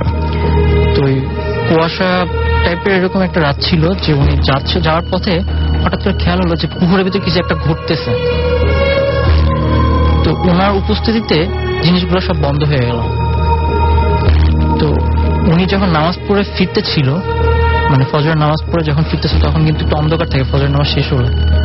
তো তখন দেখতেছে যে ওনার পায়ের কাছে একটা কাঁসার প্লেট পড়ে আছে। আচ্ছা। তো উনি চিন্তা করতেছে উনি কি প্লেটটা নিবে নাকি রেখে যাবে। তো উনি অ্যাটলিস্ট প্লেট নিয়ে আসে বাড়িতে। নিয়ে আসার পরে এটা সঙ্গে 2 দিন পরে উনি দেখতেছেন, স্বপ্ন দেখতেছে যে ওই প্লেটটা যদি উনি ফেরত না দেয় তাহলে ওনাকে মেরে ফেলা হবে। তো উনি প্লেটটা ফেরত দেওয়ার চিন্তা ভাবনা করে, কিন্তু ওনার ওয়াইফ প্লেটটা ফেরত দেয় না। আচ্ছা। যার কারণে ওনার প্রবলেম হয় যে উনি ফেরত দিতে চায় না। তো ওই প্লেটটা ফেরত না দেওয়ার কারণে উনি যখন নামাজ পড়তে যাচ্ছে তখন দেখা যায় কয়েকজন লোক ওনার পিছনে দাঁড়ানো, ফজরের নামাজ পড়তে তাহাজ্জুদ পড়ে ফজর পড়ে। তো এই অবস্থায় কয়েকজন পিছনে লোক দাঁড়ানো এবং যারা ওনাকে বলতেছে পিছন থেকেই প্লেটটা ফেরত দাও, আমাদের লাগবে, প্লেটটা ফেরত দাও। উনি যখন পিছন ফিরছে তখন ওনার পিছনে কোনো লোক নেই। উনি মসজিদে গেছে, তাহাজ্জুদ পড়ছে। তাহাজ্জুদ পড়ে উনি আর নামাজ দিতে আজান দিতে পারে নাই। তার আগেই নাকি উনি ওইখানে সেন্সলেস হয়ে যায় এবং যে সেন্সলেসে ওনার এখন পর্যন্ত উনি একটা সাইড পুরো হয়ে থাকে, ওনার প্যারালাইজড হয়ে থাকে। উনি ওই ভাষ্যতে মানে ওনার যে ভাষ্যতে ওই ভাষ্যতে উনি বলে যে আমাকে যখন আমি তাহাজ্জুদ নামাজ পড়ে সালাম ফিরিয়ে মানে পুরো সালামটা কমপ্লিট করি তখন আমারে পিছন থেকে কেউ একজন চিবিয়ে ধরে, আমাকে আর উঠতে দিচ্ছে না ওইখানে বসা অবস্থায়। তো অনেক জোরাজোরি করার পর উনি উঠতে পারেন এখান থেকে। তো ওই আঘাতটাই ওনাকে লেগে আছে, যে কারণে উনি এখন মানে প্যারালাইজড অবস্থায় আছে। আচ্ছা, আর একটা ছোট স্টোরি আছে, সেটা হচ্ছে আমার ছোট বোন মানে চাচাতো বোন, অনেক সুন্দর ছিল ছোটবেলা থেকে। ওর নাম হচ্ছে ডাক নাম হচ্ছে রেহানা। আচ্ছা, ও একটু নামাজ পড়তো এবং মানে ফরেস্ট গেট টাইপের ছিল। তো আমাদের ওইদিকে একটা নাম করা মাদ্রাসা আছে, ঘরডাঙ্গা মাদ্রাসা। তো ও কোন এক শখ বসে ওই মাদ্রাসাটা দেখতে যায় একদিন, মানে আমাদের ওই চাচাতো ভাই কয়েকজন মাদ্রাসাতে পড়ায়, তাদের ওর সাথে খুব ইচ্ছা যে ও আল্লাহ করে যে মাদ্রাসা দেখবে। তো সেই সময়তে মাদ্রাসায় যায়। তো ও তখন ক্লাস 7-এ পড়ে। এই ঘটনা ঘটছে আরো কিছুদিন পরে, যখন উনি ক্লাস 9-এ উঠে তখন ঘটনা ঘটে। ও একটা জিন্দার পজিস্ট হয়। তো ওই সংক্ষিপ্ত করে ফেলে। তো আমরা ওই এক মৌলানাকে আনা হয় যে ওনার প্রবলেমটা আমরা বুঝতে পারি, এবং যে মানে জিনটা আসছে সে খুব শুদ্ধ ভাষায় কথা বলতেছে, এবং তার স্টার্টটা ছিল এরকম আসসালামু আলাইকুম দিয়ে যে শুরু করছে। এবং তখন তাকে জিজ্ঞেস করলে তুমি কেন ওকে ধরছো, তখন সে বলতেছে যে ও খুব ফরেস্ট গার্ড, এবং যদি মানে মূল থিমটা এরকম যে ওকে যদি বিয়ে দেওয়া হয়, মানে আমি যদি চলে যাই, ওকে যদি বিয়ে দেওয়া হয় তাহলে বিয়েটা ভেঙে যাবে। তো আমি আরো সংক্ষিপ্ত করেছি, বিস্তারিত না যাই। ওকে ও ছেড়ে দেওয়ার পরে বিয়ে দেওয়ার ঠিক 1.5 মাস পরে বিয়েটা ভেঙে যায়। হ্যাঁ, ডিভোর্স দিয়ে দেয় ওকে। এটা হচ্ছে 11-র ঠিক লাস্টের দিকে, নভেম্বর ডিসেম্বর দিকে আবার সে পজিটিভ হয়। তখন আবার ওকে আমরা সেই হুজুরের মাধ্যমে ওকে আবার মানে আনা হয়। তখন বলে যে ওকে বিয়ে দেন। তো বলতে তুমি ছাড়বা না, বলে আমি ছেড়ে দিলে ওর জীবন অনেক ক্ষতি হবে, ওর একটা বাচ্চা হবে, ওই বাচ্চাটা যতদিন পর্যন্ত আমার মাদ্রাসায় এসে পড়াশোনা না করবে ততদিন পর্যন্ত ওর জীবনে কোনো বিপদ কাটবে না। যদি আমাকে ছেড়ে যাই তাহলে ওর জীবনে কন্টিনিউয়াস বিপদ থাকবে, আমি থাকবো, ওর কোনো ক্ষতি করবো না, আমার দ্বারা কোনো ক্ষতি হবে না। পছন্দ দাঁড়িয়ে যাচ্ছে জিনিসটাতে। তো ও মানে এখন ওর একটা মানে আমার সঙ্গে ওর একটা বেবি হয়েছে এখন, এবং প্রতিদিন রাত্রেই আমাদের বাড়িতে একটা কোরআন তেলাওয়াতের শব্দ আসে গভীর রাত্রে। এবং এইবার ঈদে যে আমি আমার যে ফ্লোরটাতে থাকি, আমি রুমটাতে থাকি, পাশের রুমেই হচ্ছে আমার চাচার বাড়িটা, এবং ওর রুমটা ওইখানেই, ওর বেবিটা নিয়ে ওইখানেই থাকে। তো বাড়িতে নর্মাল ওর সাথে কথাবার্তা হয়েছে। তো আমি অনেক রাত মধ্যে টিভি দেখি, আমার একটা অভ্যাস, রাত 2টা-3টার আগে আমার ঘুম হয় না ফ্রিতে মানে অফডে থাকলে। তো আমি একটু কোরআন শরীফ শুনতে পাচ্ছি, তাই মনে করছি যে আমাদের বাড়িতে যেহেতু মানে বাচ্চা আছে বা থাকতে শব্দ হতে পারে, ঈদের সময় অনেক কথাবার্তা হতে পারে, কিন্তু আরো যখন ক্লিয়ার হয় তখন সেই কোরআনের শব্দ। তো আমি উঠে পুরো আমাদের বাড়িটা মানে আমার ঘরটা পুরো এল সিস্টেমের, অনেক বড়, যে একটা পুরো আমাদের ঘরটা রাউন্ড দিতে প্রায় 3 মিনিট লাগে। পুরো ঘরটাই মুভ করি যে কোথাও কোন লোকজন আছে কিনা বা চোর এরকম আছে কিনা, কিন্তু না, জিনিসটা ওরকম না, ডিফারেন্ট টাইপের একটা সাউন্ড, এবং সেটা কোরআন তেলাওয়াতে পুরো স্পষ্ট আমি বুঝতে পারতেছি। তো আমি এমনি খুব ভয় পাই, আমি একা থাকতে প্রচন্ড রকম ভয় পাই, জিনিসটা আরো বেশি ভয় লাগতেছে আমার। তো আমি একটু দরজা ফাঁকা করে মানে জানলা দরজা ফাঁকা করে একটু দেখতেছি, পুরো সাউন্ড আমার কানে লাগতেছে যে একজন কোরআন তেলাওয়াত করতেছে। পরের দিন সকালে যখন আমার বোনটা জিজ্ঞেস করি কি ব্যাপার, রাত্রে কি কোরআন তেলাওয়াত করছিলি তুই? না ভাইয়া। কি হয়েছিল? বলছে ওই যে ও জন্মগ্রহণ করার পর থেকেই ওই মানে যে আমাকে জিনটা প্রতিদিন রাত্রে এসে কোরআন তেলাওয়াত করে। এবং তখন সে পুরো ডিটেইলস বলে যে ও যতদিন পর্যন্ত মাদ্রাসা না যাবে তখন পর্যন্ত ওকে দেখাশোনা করবে। আপনি নিজের কানে শুনেছেন এটা?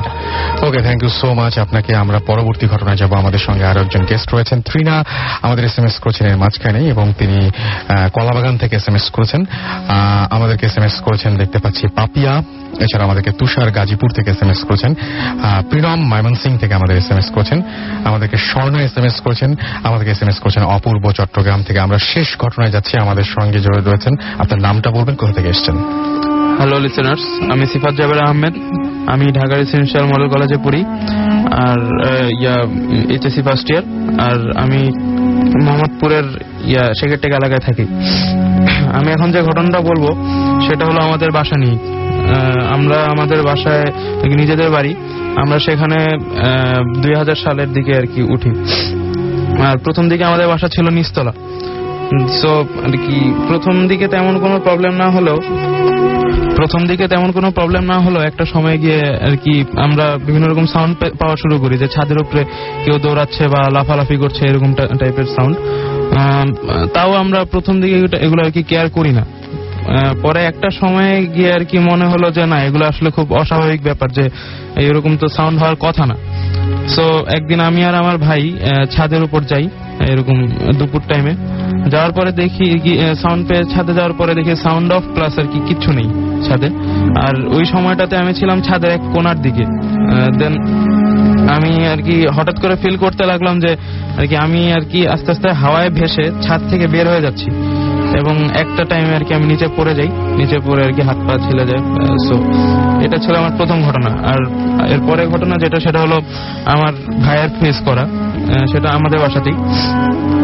সেটা হলো আর কি আমার ভাই একটা সময় আর কি যখন রাতের বেলা ঘুমাতো, তখন আর কি দেয়ালের সাইড থেকে, খাটের সাথে দেয়ালের দিক থেকে আর কি কেউ তাকে আর কি টেনে আর কি দেয়াল ভেঙে বের করে নিয়ে যাওয়ার কি এরকম ট্রাই করতো, কিন্তু আর কি সেটা তো সম্ভব না। সো আর কি এটা হতো না আর কি। পরে আমার ভাইয়ের ঘুম ভেঙে গেলে আর কি সে চিৎকার করে উঠতো। এরকম পরে আমরা এইভাবে এই অবস্থায় আমার ভাই আর কি অনেক দিন কি দেখেছি। পরে আরেকটা ঘটনা এরকম দেখেছে যে মাঝে মাঝে আমাদের রুমের গেট খোলা থাকে, তখন আর কি দেখতে পায় যে রুমের ভিতরে কিছু একটা প্রবেশ করছে, যেমন আর কি কুকুর টাইপ এরকম প্রবেশ করে অন্ধকারে মিলে যাচ্ছে, এরকম ব্যাপার। ওকে, থ্যাংক ইউ সো মাচ আপনার ঘটনাগুলোর জন্য। আমাদের হাতে আজ সত্যিই সময় নেই, আমাদের শেষ করতে হবে। এবং আমরা আবার যাওয়ার আগে বলে যাই যে আপনারা যারা তখন SMS করলেন, অনেকে SMS আমি পড়তে পারিনি, I am really sorry for that. And অনেকেই হয়তো আমাদেরকে এখনো SMS পাঠাতে থাকছেন। আমরা চাইবো যে আপনারা আমাদেরকে সবসময় আমাদের সঙ্গে এভাবে থাকবেন এবং আমাদেরকে আপনাদের জীবনের সেরা ঘটনাগুলো ইমেল করে পাঠাবেন। এবং আমাদের ইমেল অ্যাড্রেসটি আরো একবার আপনাদেরকে মনে করে দিচ্ছি, bhutfm@radiofurti.fm। দয়া করে কেউ শুধুমাত্র ফোন নাম্বার এবং আপনার ঠিকানা দিয়ে বলবেন না যে আমাকে স্টুডিওতে ইনভাইট করুন, কারণ আপনার ঘটনাটি সঙ্গে থাকাটা খুবই খুবই খুবই জরুরি। আর অনেকে হয়তো হতাশ হয়ে যান যে আপনাকে কেন ডাকা হচ্ছে না। আসলে অনেকেই ইমেল পাঠান এবং সবসময় আমরা যেটা চেষ্টা করি সেটা হচ্ছে যে সবচাইতে ভালো ঘটনাগুলোকে সামনে নিয়ে আসার জন্য। সো আপনার ঘটনা যদি ভালো হয়, যদি আপনি একবার ব্যর্থ হন, তাহলে আবারও আপনাকে আমি সাজেস্ট করবো যে আরো একবার আপনি ট্রাই করুন। এবং এক সময় না এক সময় নিশ্চয়ই, মানে যদি আপনার ঘটনা ভালো হয় তাহলে ডেফিনেটলি আপনাকে আমরা ইনভাইট করবই। সো এটা নিয়ে একেবারেই চিন্তার কোনো কারণ নেই। যারা আসে তারা আপনাদেরকে আরো ভালো বলতে পারবেন কিভাবে আসেন। যাই হোক, আমরা চলে যাচ্ছি, আজকের মতো এখানে শেষ করতে চাচ্ছি এবং আমরা চাইবো যে একটা সুন্দর উইক আপনারা কাটান। ফিরে আসবো আবারও আগামী সপ্তাহে, আগামী শুক্রবারে ঠিক রাত 11:59 নতুন অতিথি এবং নতুন ঘটনা নিয়ে। সেই পর্যন্ত সবাই ভালো থাকবেন, সুস্থ থাকবেন, শুনে থাকবেন, মোস্ট ইম্পর্টেন্টলি ফুর্তি থাকবেন। এবং আজকে আমরা চলে যাচ্ছি, বাট আমাদের প্লেলিস্ট জুড়ে রয়েছে দারুণ দারুণ সব গান, যেগুলো আপনাকে আপনার বাকি রাতটাকে অনেক সুন্দর করবে। সো স্টে টিউনড রেডিও ফুর্তি অ্যান্ড ডোন্ট স্টপ দ্য ফুর্তি। আজকের মতো এখানেই, টাটা।